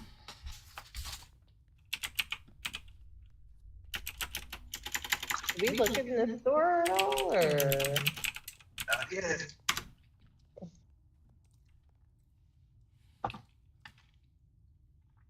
Planning on checking out this room before inviting any dangers, any further dangers.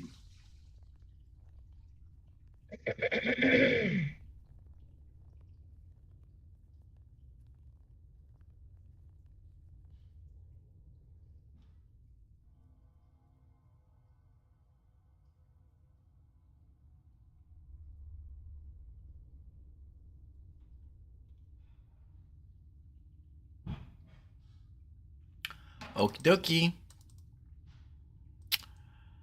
So,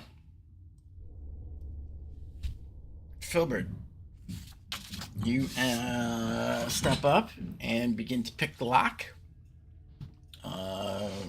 Give me a what? Guidance. You're gonna guide him? Hey, Lysander, guide your hand. I don't know. Isn't Lathander kind of pissed at him still? I don't know. That's up to you.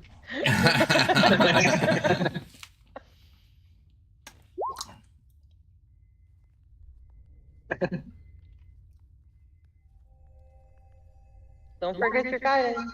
There you go. 19. You begin to try to pick the lock, Filbert, and it's a pretty difficult lock. And as you are going to move that, and you're kind of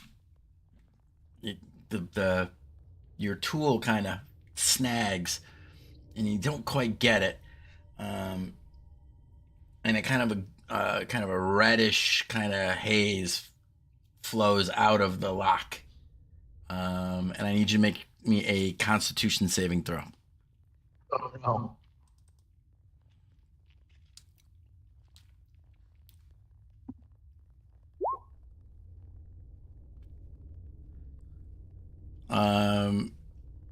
You begin to be unable to move, as if you are restrained, Oh, no. and you start to feel yourself hardening. Oh no. So I need you to make another Constitution saving throw. Oh no.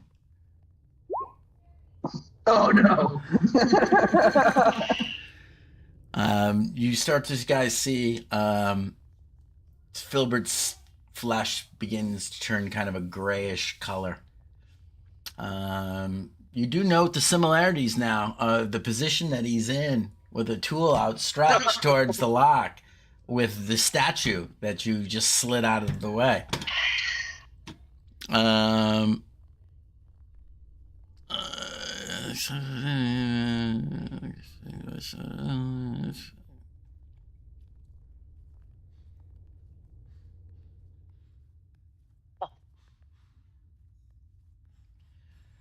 Go ahead and make another one.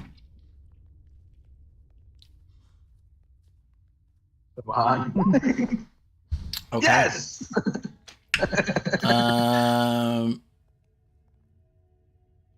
It's lucky that was your last chance too, by the way. So as it begins to harden and whatnot, Filbert, you kind of summon up every bit of will that you can to move. You're able to just push past, and as you do so, you kind of push through the magic that is trying to turn your flesh to stone. And like you can almost, guys, can hear like a cracking sound as he begins to slowly move, and the color starts to come back to his skin and his flesh, as he is able to fight off becoming petrified, basically, which would have been bad. Yeah. I guess maybe we should try to find that other key. Did statue man? How's it going in there? Well, is you did you if you shared the knowledge that you found from it? Verlaine asked if she can see the key. Show her, hand her the key. Okay. Yeah. Let me throw this up into the. Alright.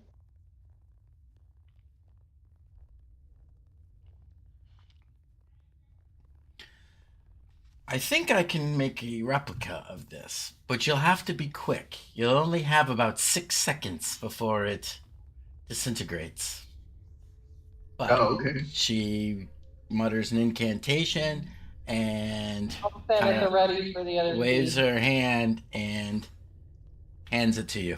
Now it almost looks as if the key kind of split apart into two, but now there are two identical keys, and she hands them to you.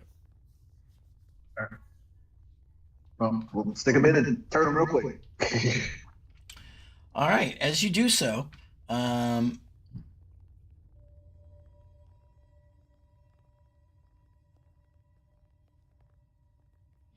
the machine begins to a glow begins to suffice, and you start to see arcane letters and symbols move up as the rods on top begin to glow in a kind of a pulsating kind of way. You see first the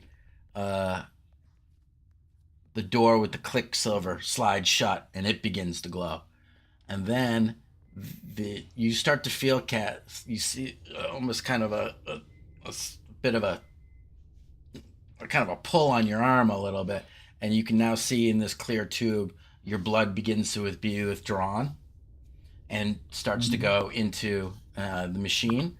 And now the light, the area with, as it does that, it begins to glow. Now the three draconic words, now as that glows, the three draconic words under the above the three positions that the lever can be moved into, they begin to glow. Oh, okay. I can't read Draconic. Well, Elaine already said that they were. Magan, what were they again?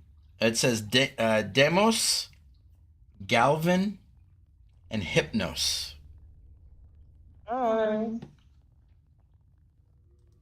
So which one should I move it to? I don't know, Blaine. I don't know what those what the designations are. This is some kind of Netherese bit. James. I could ask the professor. Should we ask the professor? Sure. Yeah.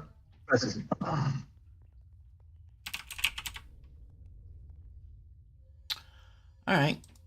He will give you. Are you guys still alive? Yeah. So far. Philbert almost turned into a statue, though.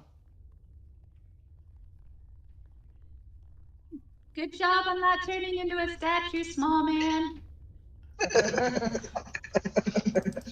Isn't he taller than you? Yes. Well, the professor lets you know. He's like, well, those are the names of the magical servants that we have seen. There were the Magan. There were three types, as said here, the Demos, the Galvin, and the Hypnos. Each had their own specialities and abilities. The Demos were more of the fighters, if you will. Good with weapons. They were used as guards. The Hypnos carried no weapons. They had psychic abilities, which could manipulate or be useful to the inhabitants, but also could be used to harm invaders or whatnot.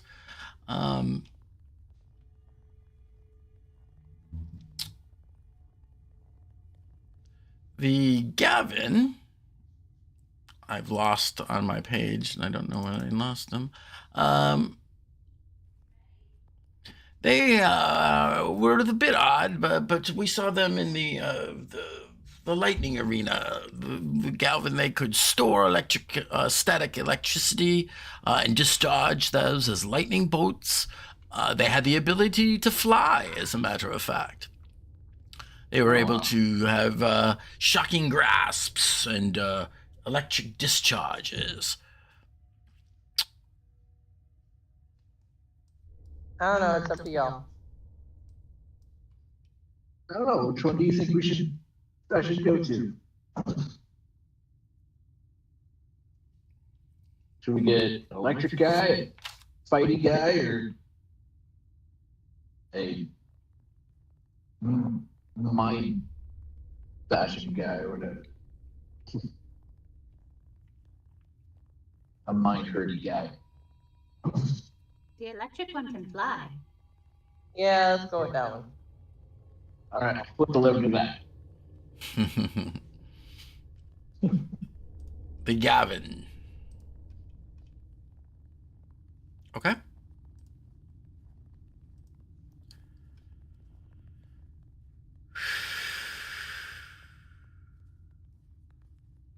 All right. So as you do so, let me just check the challenge rating on the Gavin.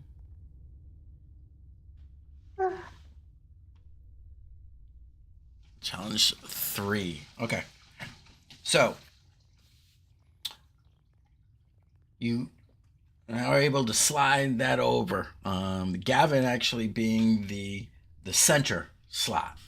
So you click it over, and as you do so, the handle actually slides into the device, and with it now the pulsating of the rods on top begins to go faster. They pulsing faster and faster.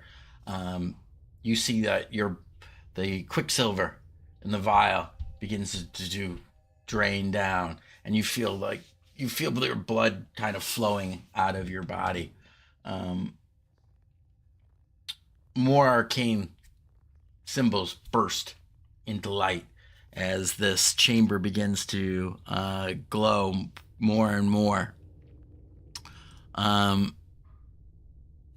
It begins to wisp, hum, and gyrate with a kind of final kind of flash of light.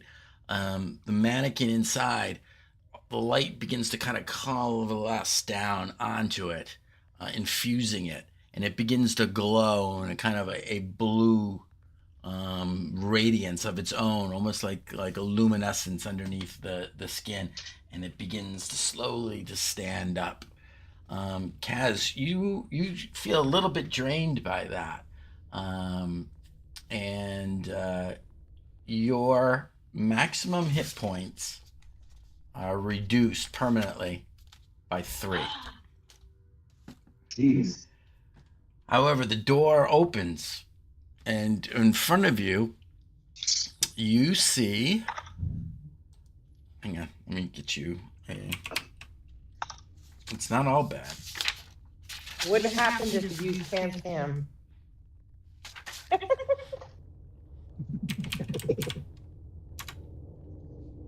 Because you're not a dragon. Tam's not a dragon yet either. But you're a baby dragon.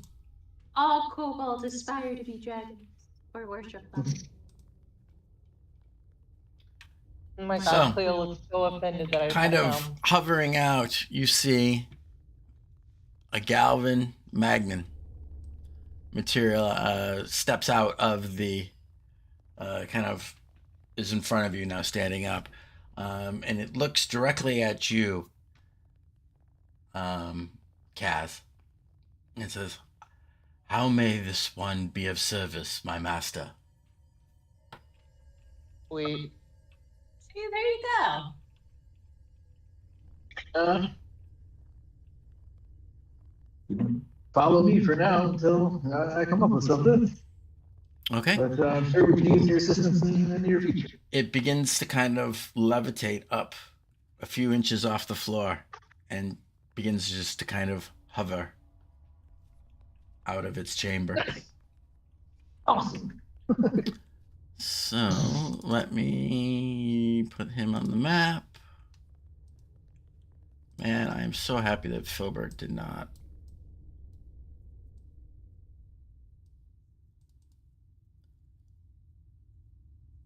Albert's just a statue forever. That would have sucked. His pretty bow would have been gone.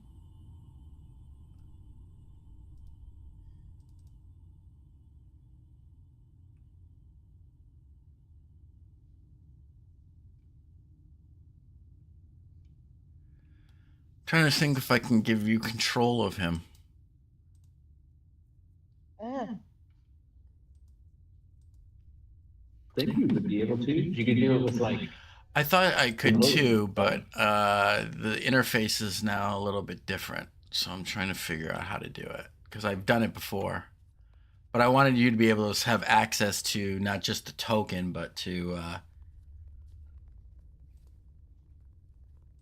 hang on, let me do this. I'm just going to give you access to the token. And I'll just have to control his... based on your instructions to him. Okay. Until I can figure out how to do it better.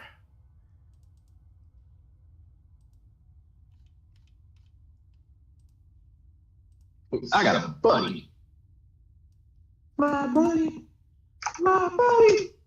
My buddy. Yeah, because otherwise it just says it's determined by character settings. So yeah, it's gonna have to be this way. This is the only way we can do it. Okay. You should be able to move them.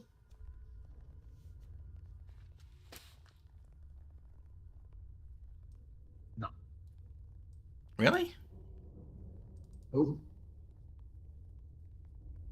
Controlled by Kaz. What the fuck? It says so right here. Okay, now I can. Okay. Yeah, now I can. Cool. And I just want to see.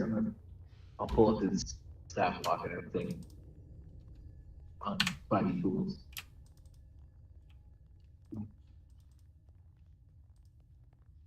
See.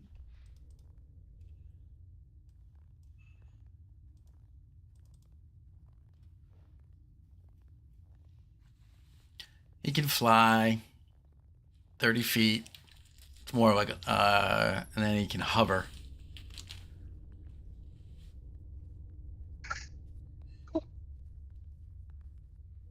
Makes 2 shocking touch attacks. And he can do a kind of a lightning bolt that recharges on a 5 or a 6 roll. Nice.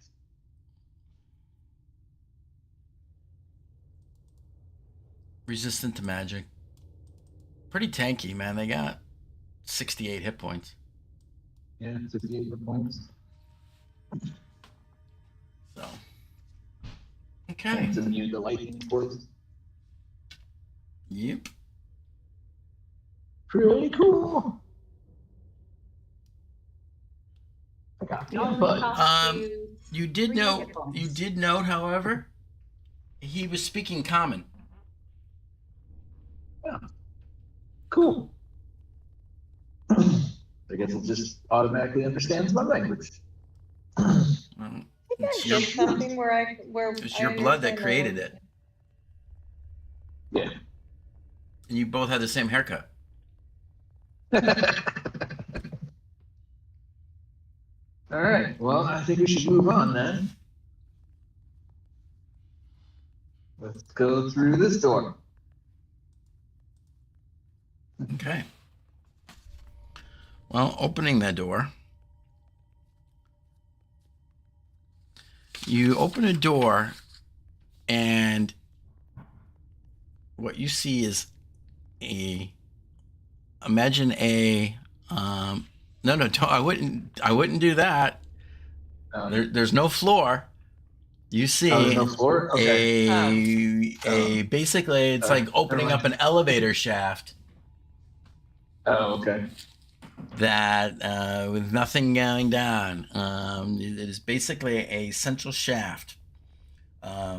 Sticking your head out causes various lights to form all up and down the shaft.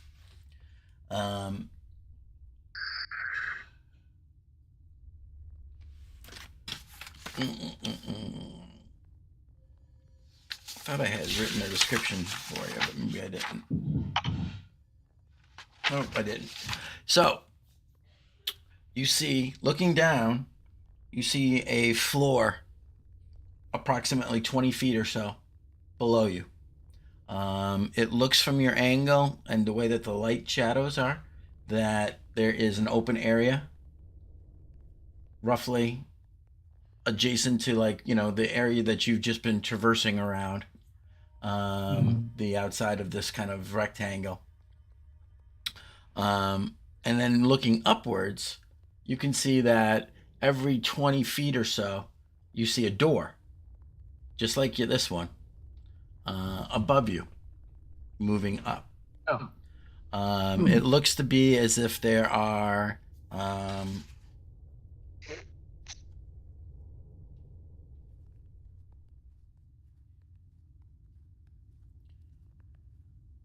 you're on the first of, and there are 3 more doors above you. And you can see at the top, about 80 feet up, in the roof, there appears to be some kind of square, protruding square. And inside of that square is a small, roughly 3 feet by 3 feet additional square that is protruding. Kind of like a little platform thing. Yeah, think of like a dais, like, of stone sticking out. That's, roughly the first being about An 9 elevator. feet, and then another one inside of it protruding down another about 3 feet square. And if I look on either side of the door, are there any symbols or anything on this side of the door? Not that you can see. No. I think you should send your flying minion up there.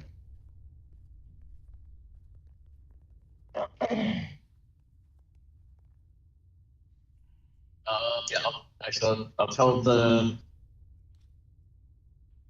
Well, before I do that, like, I want to go. Maybe we should just climb down with the rope to the first floor real quick and see if there's a way to call that thing down. If we could just use that, probably that way we could actually all check the things out on all the floors. That'd be pretty cool. How are we gonna call it down? I don't know. Maybe there's a way to call it down from the first floor. You wanna crawl down? And the area where it's probably gonna come down? Well, I'm sure there's another room down there. It goes down 20 feet. I'm sure there's another room below.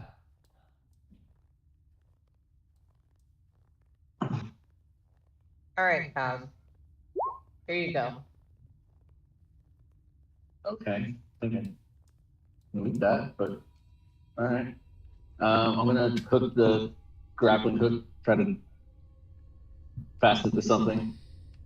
So you don't get crushed to death. I think this is a terrible idea, especially when you have a flying minion. That okay. That like I can't. I'm not sure what it would be able to do. Well, when you get crushed to death, you'll be Okay. alright. Okay. So I'm going to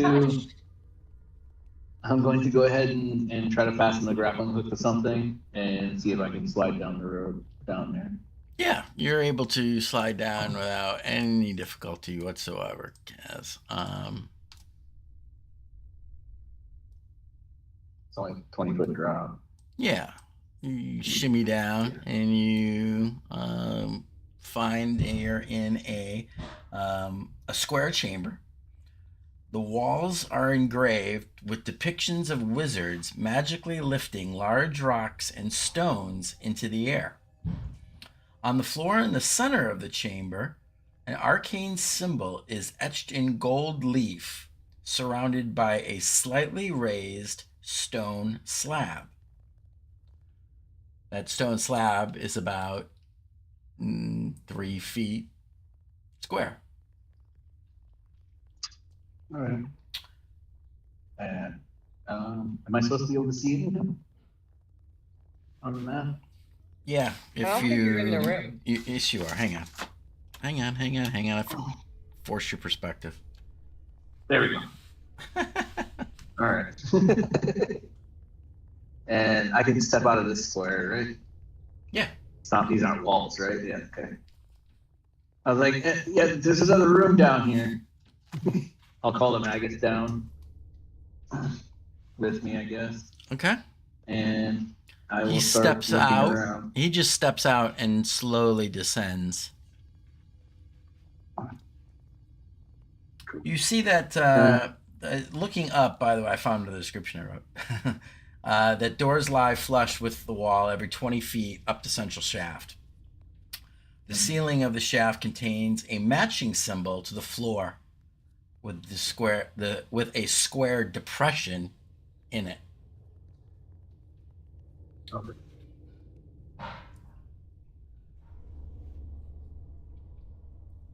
I'm gonna look around down here and see if I can find anything.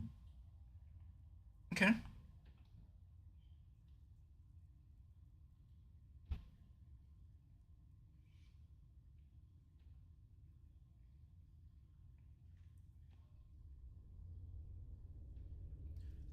Well, what you see is 4 columns that were originally kind of just ornately ran from the floor to the ceiling on the edges of this room. One of them broke when the fall of the city took place. There's a bit of debris and dust and whatnot as from that collapse. But other than that, the floor seems to be relatively intact, made of some kind of marble or stone that's similar to that. The central square there with the symbol, and you do not recognize this symbol, Kaz, as the same one that's on the outside of the tower. Perfect. It I'm is gonna about guess that the transmutation symbol. correct. Yeah, and it's about. It looks like that this is a kind of a heavy stone that's sitting there, about 2 inches thick. Okay. There's nothing else. But that stone is just kind of like an empty room with some rubble. Yep. With torches in a few of the corners casting light. Everything is pretty bright down here. You don't think you would have missed anything. Okay. And there's no discernible way of calling anything or making anything move or anything. You don't see anything that looks like You don't see anything that looks like a lever or switch. On casual inspection, no. Okay. Well, I will stand on the thing. Okay. Well, hey Magus, do you think you could fly me up? Or would that be beyond your capability? How much do you weigh? A lot. A lot. You also grew like 8 inches too. Yeah. Weight 344 pounds. Good grief. Pure muscle.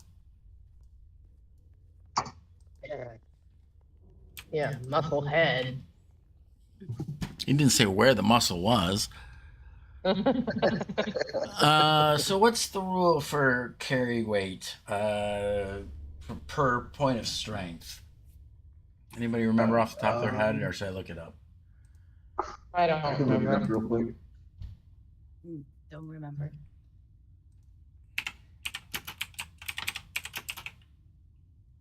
I think you carry.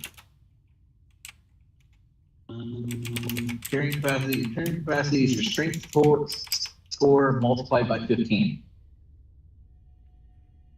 So if it's 10, that would be. He can carry 150. 150. Yeah, he can only carry 150. Yeah. So he tries. All right. Well, he goes to lift you, and you don't even feel all that much lighter as he's doing it. all right. Well, obviously, it's not like I'm you're too like heavy, almost so- coming off the floor. You're like, all right, dude, what are you doing? All right. All right. Don't worry about that. I'm gonna climb back up then the rope. So it's what athletics with advantage. I know that I can really fail this without a one. One. Climb Okay. back up and then have the magus come back up and be like, let's see. And he just kind I of could probably stays get- floating in the middle of the. Well, maybe we can get I don't know, maybe Filbert and Tam Tam could probably carry one, if not both of you guys up. You can't carry me though. Maybe you guys can take the grappling hook up to the next floor, and then me and Thea can climb up. Was there Magus anything carried it. important down there? No, it's just empty. Okay.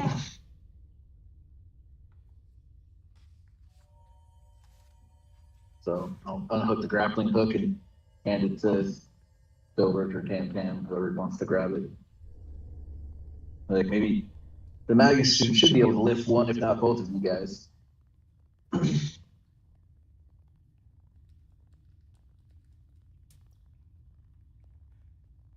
weigh 25 pounds. So you probably both of them.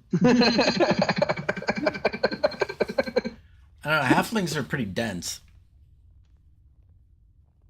But I How don't. much do you weigh, Gilbert?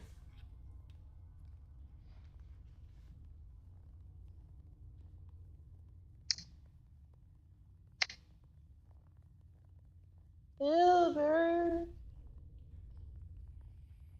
He's probably The looking. gentleman never tells.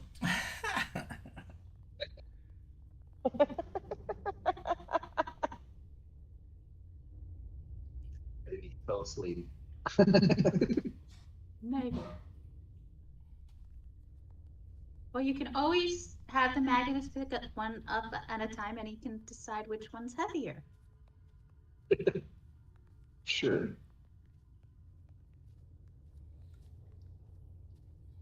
Oh, Gilbert never talks to us anymore. He's receded into his shell. Okay. 2 pounds. Yeah, you can take both.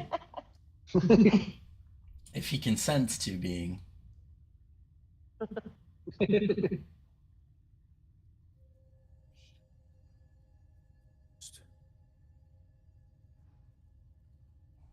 you consent to being hoisted up?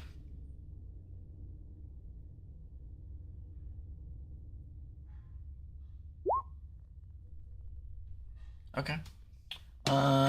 So he flies you upwards, and you see a door very similar to the one that you just saw, that you just came out of, above you, and it opens up into another space. And as the door opens, you see more torches burst into light in a room beyond.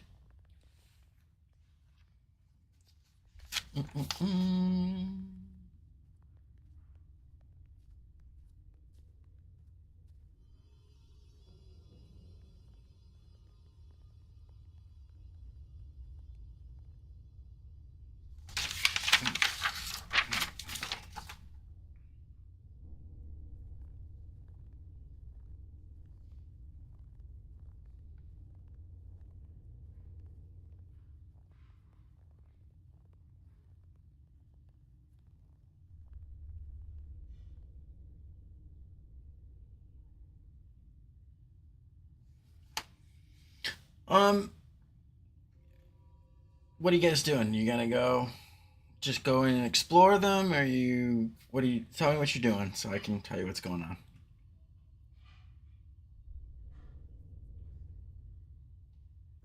We're looking for the octet, so I guess we'll go floor by floor until we find it. Well, I mean, so you're gonna go into the room and whatnot, okay? I'm gonna top rope down.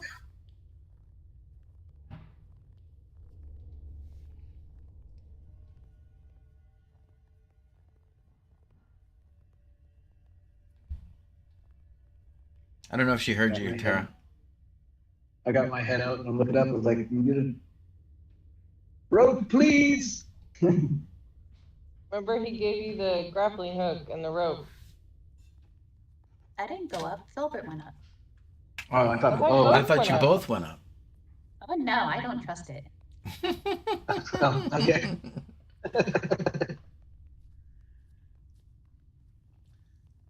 All right.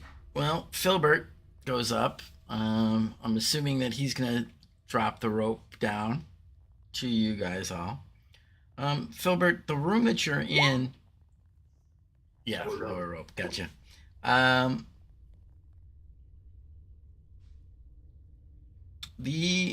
This floor appears to be a bit of a study space.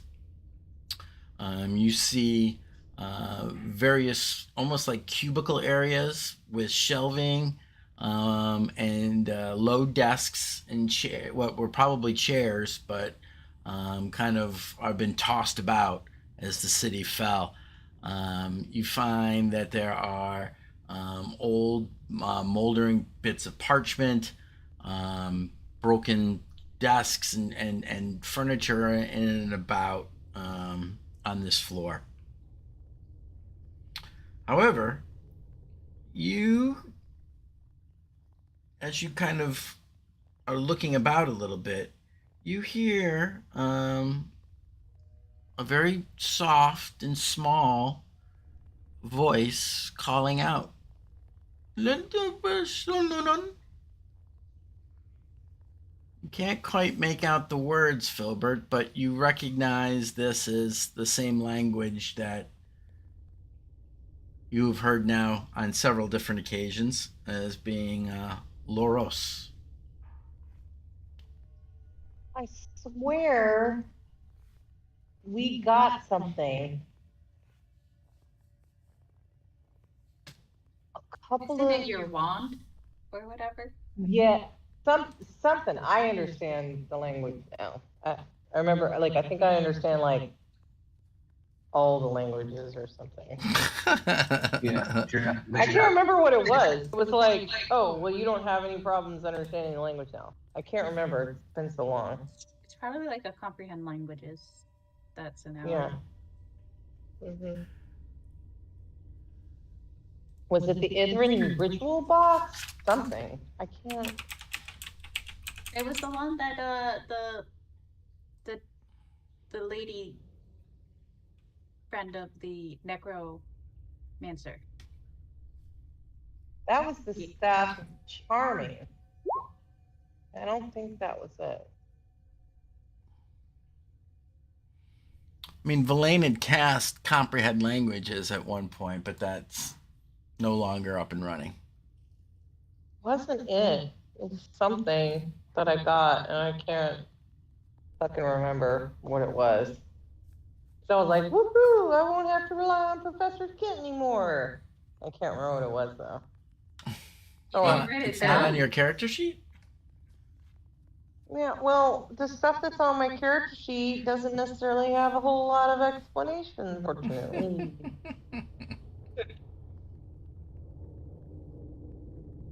No, I don't want to share my screen. Shut up.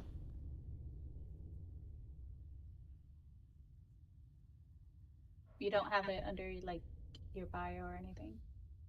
I have a Yithrin ritual box. That seems suspicious.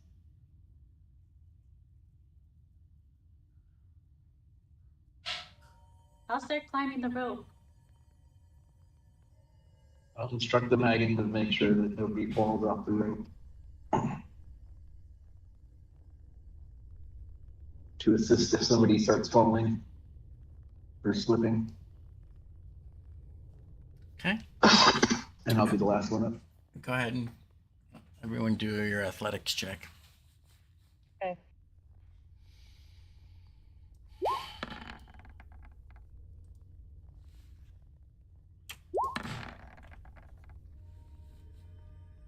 Jeez.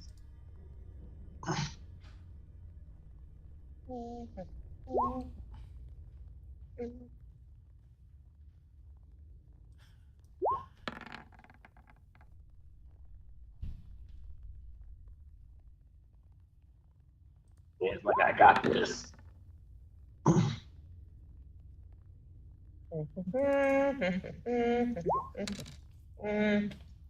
Um, 26. okay. You get up, no problem. Tam Tam, you try to go up and it doesn't go so well. And you kind of lose your hand grips on the rope and fall. Kaz is there Oh, trying to watch out for just such an occurrence. Standing in the door, so go ahead and make a deck save. Both of you can make a deck save because you can try to grab onto him and he can try to grab onto you. can I also That's- just slowly fall into his arms? It would have been the first one anyway. So Do you have that ability? Yeah, I'm a monk. Slow fall. Oh yeah. Okay, so that's I forgot about slow fall. Yeah, so you go to fall and then Kaz, you're like whoa, and then you watch as she just kind of and you just kind of like grab her and you put her back on the rope. We're gonna say that we would just rinse and repeat that whole process now until you get up the rope and you're up fine. Verlaine, however, does not have that ability, and she plummets like a fucking stone. Wait, but his minion.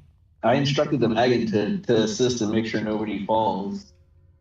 Oh, you As said they the go up. Magan. I thought you said you were doing that. Yeah. Okay. Then, Yeah. then you know what? We're just gonna 'Cause he's just bypass all flying. this nonsense. Yes, I apologize. I misheard. It didn't. I'm gonna blame the medium here on that one. Good. So he helps as people slip. He kind of adjusts them and is able to kind of bully up. Actually, he's able to nearly carry Verlaine up. With her equipment and whatnot, she's almost 150 pounds, but she's a pretty slight woman. So you guys all make it up and join Filbert in what clearly looks like some kind of study. Not quite a library, but almost it has a classroom, study room kind of feel to it. Are there any books or anything laying around? There's the remnants of some books, what appears to be the remnants of some scrolls and a bit and about. And now you guys can all hear this kind of little voice going,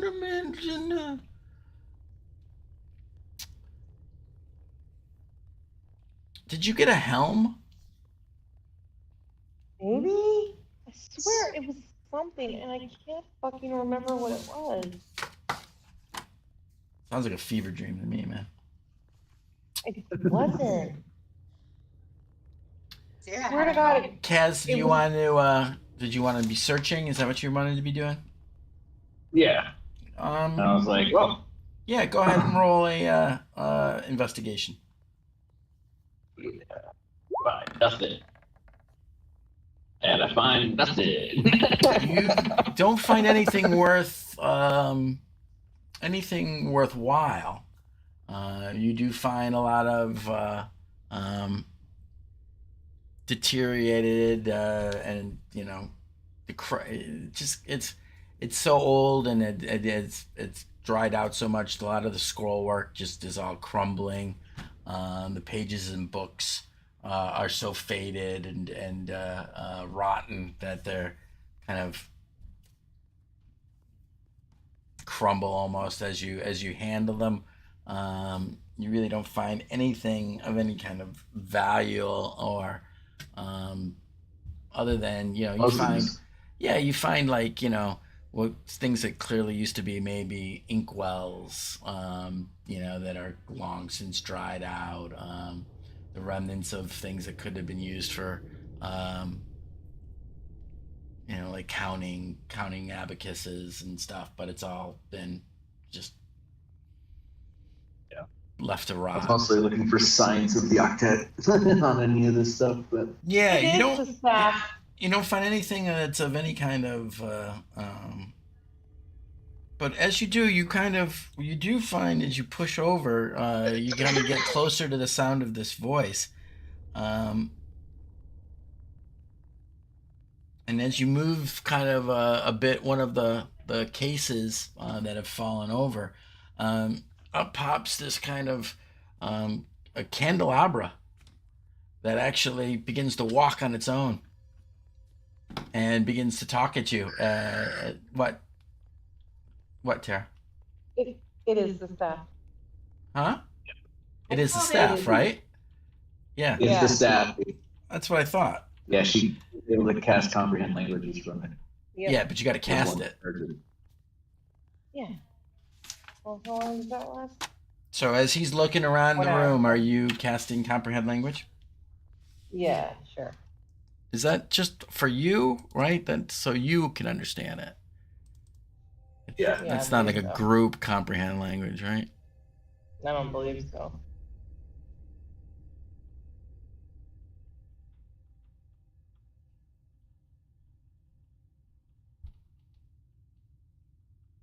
Okay. So what the voice is actually saying is someone there? Could someone help me?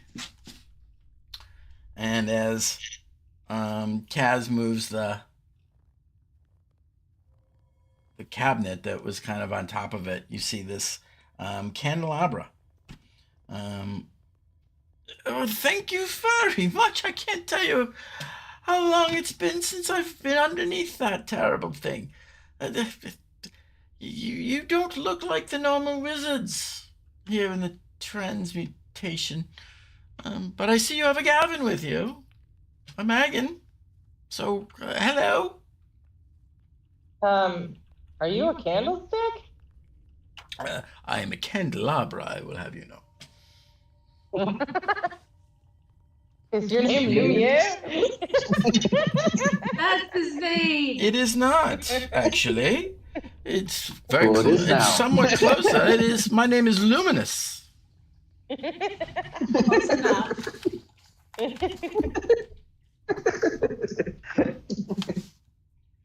I will have you know that I was created by the High Transmuter herself.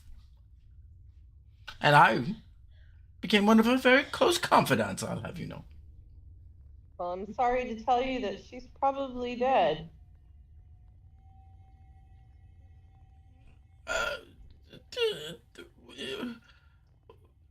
Why would you say that? The entire city has fallen. How long have you been trapped that you can tell? I don't know. Unfortunately, my memory doesn't extend back all that long. I just thought I had forgotten how long, and they left me. I don't know. They didn't leave you. The whole city collapsed. Many lives were lost. Your great city is in crumbles. Well, that is very disappointing. Indeed. Do you need fresh candles or? He doesn't have there aren't actually candles in it. I So don't know. Maybe it makes it feel better. I don't know. but it couldn't hurt. Why, do you have any? I do. I guess that would be nice. I give him some candles for my ritual box. These are rather stylish. Thank you. I was like, hey, Thea, does he know anything about the octet or where we can find the transmutation portion of it? Yeah, I'm gonna ask him. I That's- just thought maybe, after I delivered him the crushing news that his entire civilization is falling into the fucking ground, that maybe I could give him some candles first and cheer him up a little bit. I don't know what you guys are talking about. I can't understand you guys. I have no idea what you guys are saying. What are you saying? I'm talking common.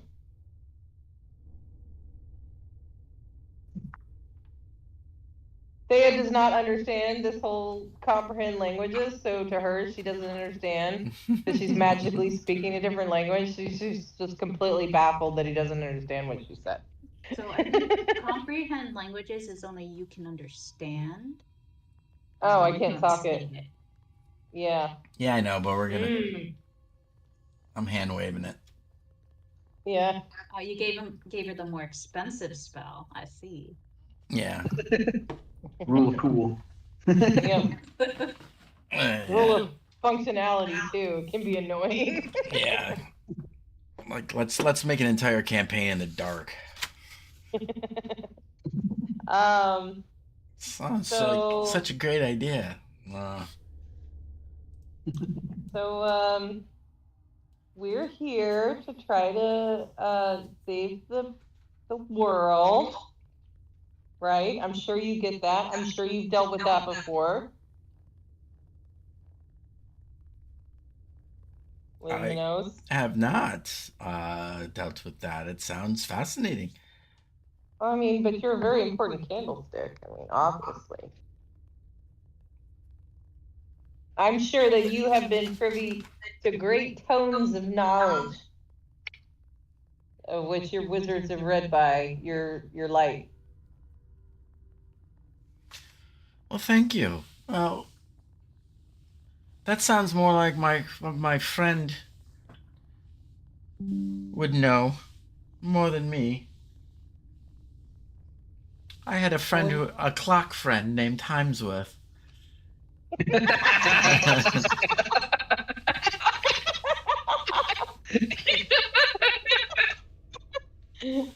I don't know why that's so funny. He's a splendid chap. He really is. He was also created by the High Transmuter. Well, But he's down in the vault. well, in your studies, have you ever come across something called the octet? I don't study. I'm no wizard. The wizards were always flittering about, flying up and down the shaft.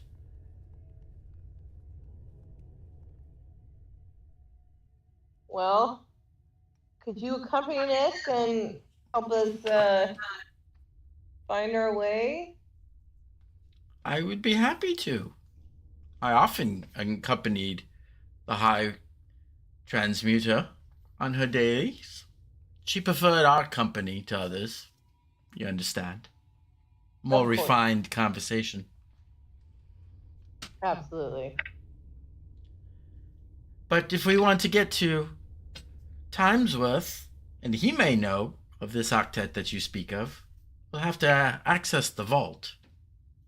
You know, How do we get to the vault? well, you just do the thing that the wizards do. You know, that floaty stone thing that went up and pushed the button on the ceiling and then opened the vault. Floaty stone that pushed the button on the top. Out in the shaft. I relay this to Kaz, who was looking a lot more at the stuff than I was. I believe there's a stone on the first floor. Maybe that's what he's talking about. I'm guessing they use some sort of spell to lift it up to the top. Wasn't there I a don't- button on the top that he was explaining that you saw? Yeah. Yeah, it has a symbol on it, and there's a thing at the top that has the same symbol. Well, how do we get the stone up there? I don't have levitation. Well, Verlaine says to you, well, levitation is moving of your own person. I think the spell that you're looking for, my good cleric, would be telekinesis. Leviosa! You've got dirt on your face. Just there. Did you know?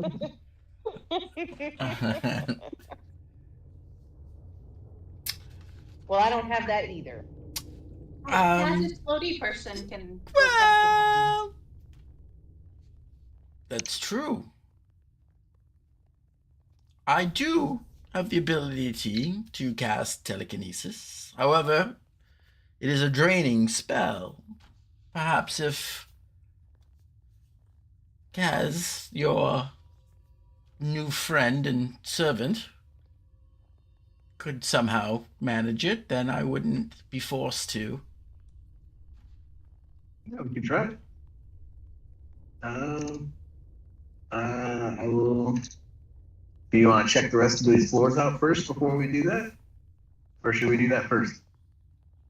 I mean, I guess there's no harm in checking the other floors first. But with what time's worth, we'll have more guides, right? That'll make it go faster. And we won't die. Maybe. All right. I'll instruct the magus. Apparently there's a button up there with a symbol. See if or something. See if you can activate it. To Wait, open don't the you vault. need? No, you got to get the stone from the I bottom. don't think he's gonna be able to lift the stone. The stone's probably gonna be too heavy for him to lift. I mean, Is it too heavy? I could tell him to try to lift the stone, but I mean, stone is pretty heavy. He says, what, like a 3-foot square stone? Mm-hmm. That's gonna be a pretty freaking heavy stone.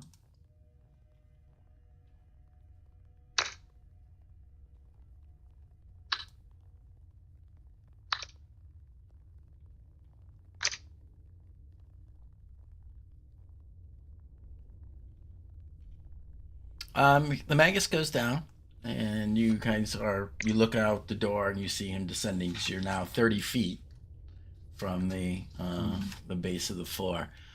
He goes down and sees this, this square tile on the ground, and he tries to lift it, and he looks up at you and he just shakes his head.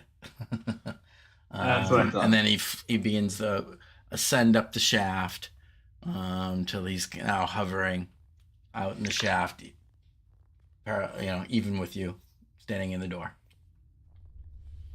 See if there's anything you can do with the thing at the top. See if it's a button Sure. of some sort or anything. He begins to slowly ascend up the central chamber of the shaft, and he reaches the top and he puts his hand up against the symbol on the ceiling, and with a kind of you see him kind of raise up, and you all hear an audible click as this thing kind of shifts up.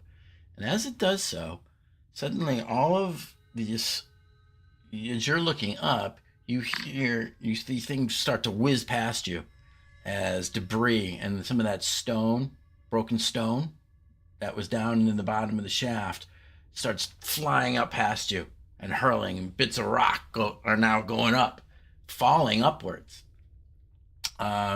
Your head that is out of looking up at this, Kaz, whereas you actually start to feel like you're being pulled up, and you have this strange sense of vertigo as you feel like down suddenly becomes up. And you feel the pull of gravity not pulling you down, but is now pulling you upwards. The Magan has to make a dex save to avoid the stones. See. I got it. You know what? I'm going to roll a die because that's the 4th crit fail in a row that I have rolled, and that's just not fucking possible. So a 10. Got a +4. Yeah. Hang on, I'm just looking for what the DC was that I had for that.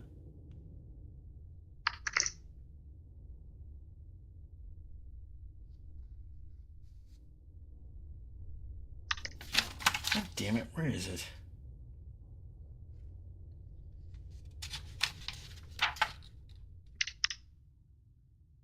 Does floating give him an advantage? No. Damn. He's being pelted with rocks.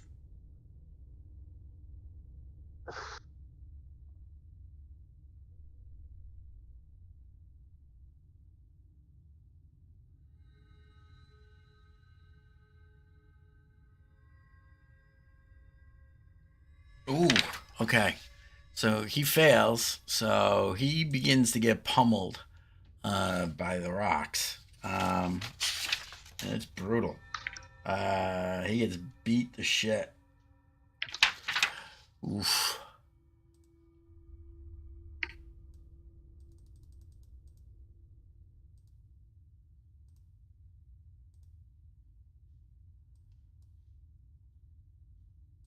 Well, glad we made him do it. All Sean's right. like, that's my. Kevin's like, that's my child. Well, luckily, again, He's got my blood. those look like, don't those look like completely random rolls? Mm-hmm. They look like I roll them. So he takes 16 points of damage. But he's pretty tanky. And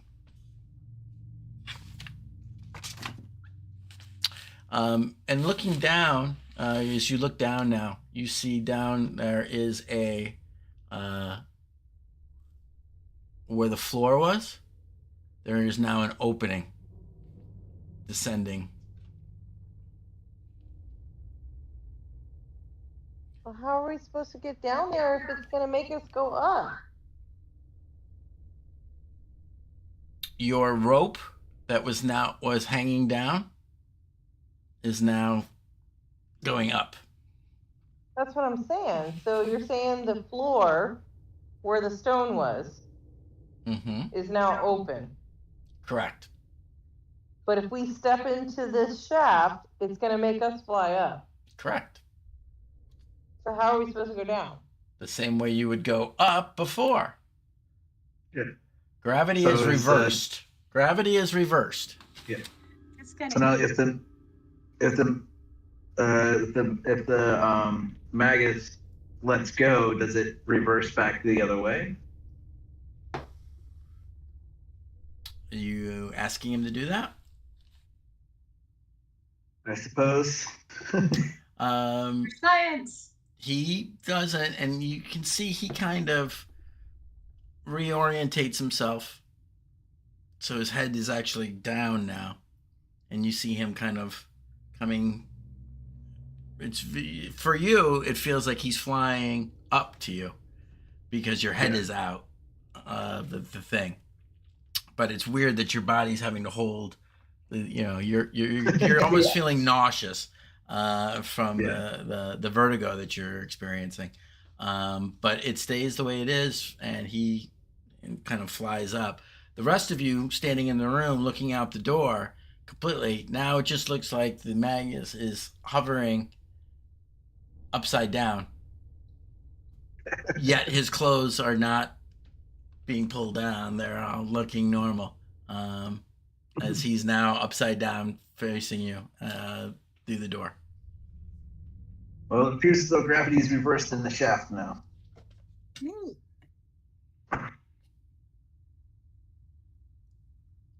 All I right. guess we're going down. Guess. Or, How? well, the same way we got to this floor. Just in Something like reverse that. order. But it's gonna make us go up. What are you talking about? The Magus can carry Filbert or Tam Tam to the next level with the grappling hook and the rope.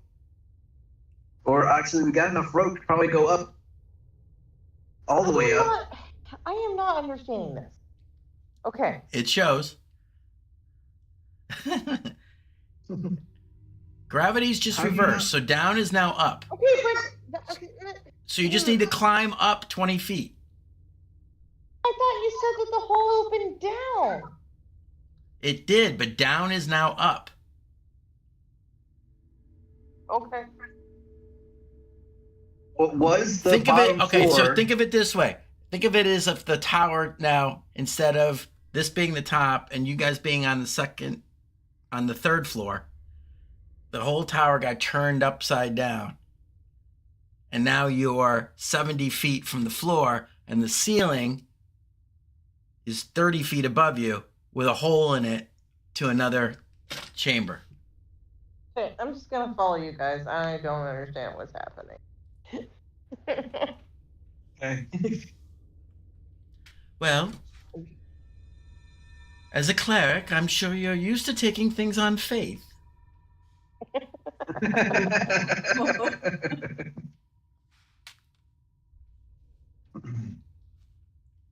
All right. Or I could just. So you guys, we'll just say for the sake of easement here, you repeat the process until you are kind of now standing on the side. You find yourself all standing in a similar room.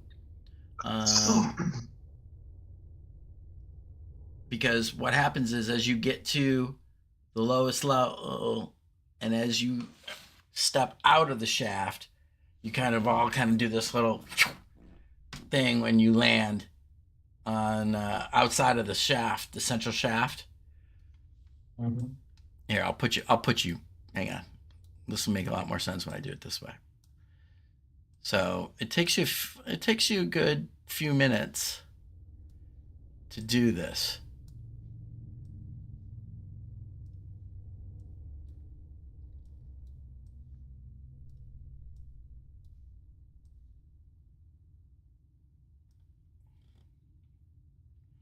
Man, that was weird. Yes, it was. Okay. So Wizards and their you weird have magic. you find that you had to step out of the shaft, the square in the middle here.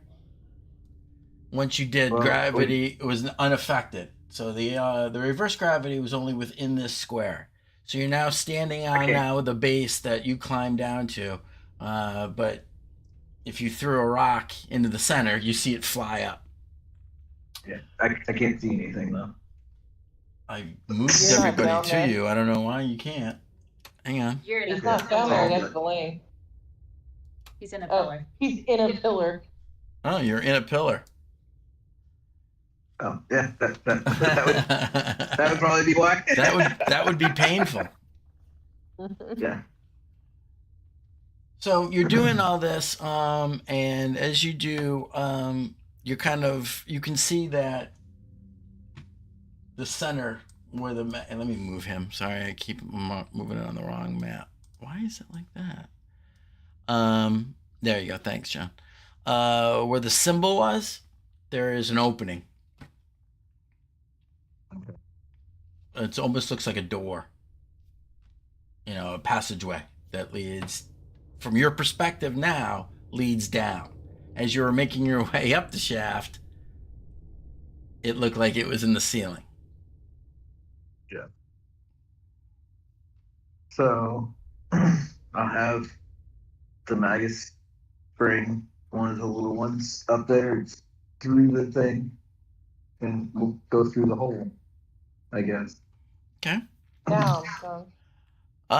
It's taken you guys a good, bit of time to do this. And as you're kind of discussing this plan and whatnot, you guys hear a loud click, and suddenly, debris begins to fall and slams into the floor again. You guys were all outside of the shaft area because you were standing on the floor and you didn't want to fall up the shaft. So none of this debris hits you. It all just kind of lands within the area. So nobody has to, dodge it or anything. But the effect seems to have ended. And the door disappeared? Yep, and as it did the door is no longer there. So let's clear all this debris out of the center area, and I can have them go hit it again. Okay. Yeah, so I mean, it's not all. It's just it's manageable. It takes you a few more minutes to push all that debris out. So as you do, you push it all aside, and then the Magan ascends, and you see him push, or you don't, because do you? I mean, you're not out there to see him do it, but you guys can hear a click. Some of the dirt that you didn't move, you can see kind of rising up off the floor. But it's all just little bits of dirt and whatnot, nothing that causes any damage. And as that happens, again, the center square disappears, and you guys can see a chamber lies below it. So I'll have the Magus bring somebody up in there. Okay. Tam Tam is still leery, so is it Filbert? Yeah, you don't trust easy. one drop and you're flying. Well, you don't hurt you. Miss Permanent Featherfall. It's only if there's walls around. Oh, that's true.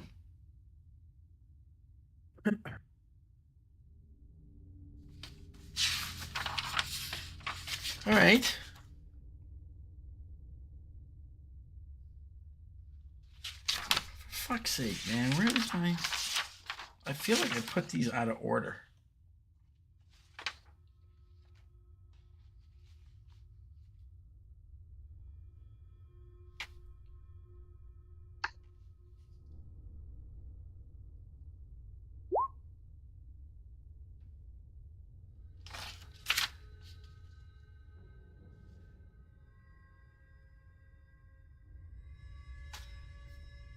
All right. Well, I'll just give you this, and then we can pick it up next week.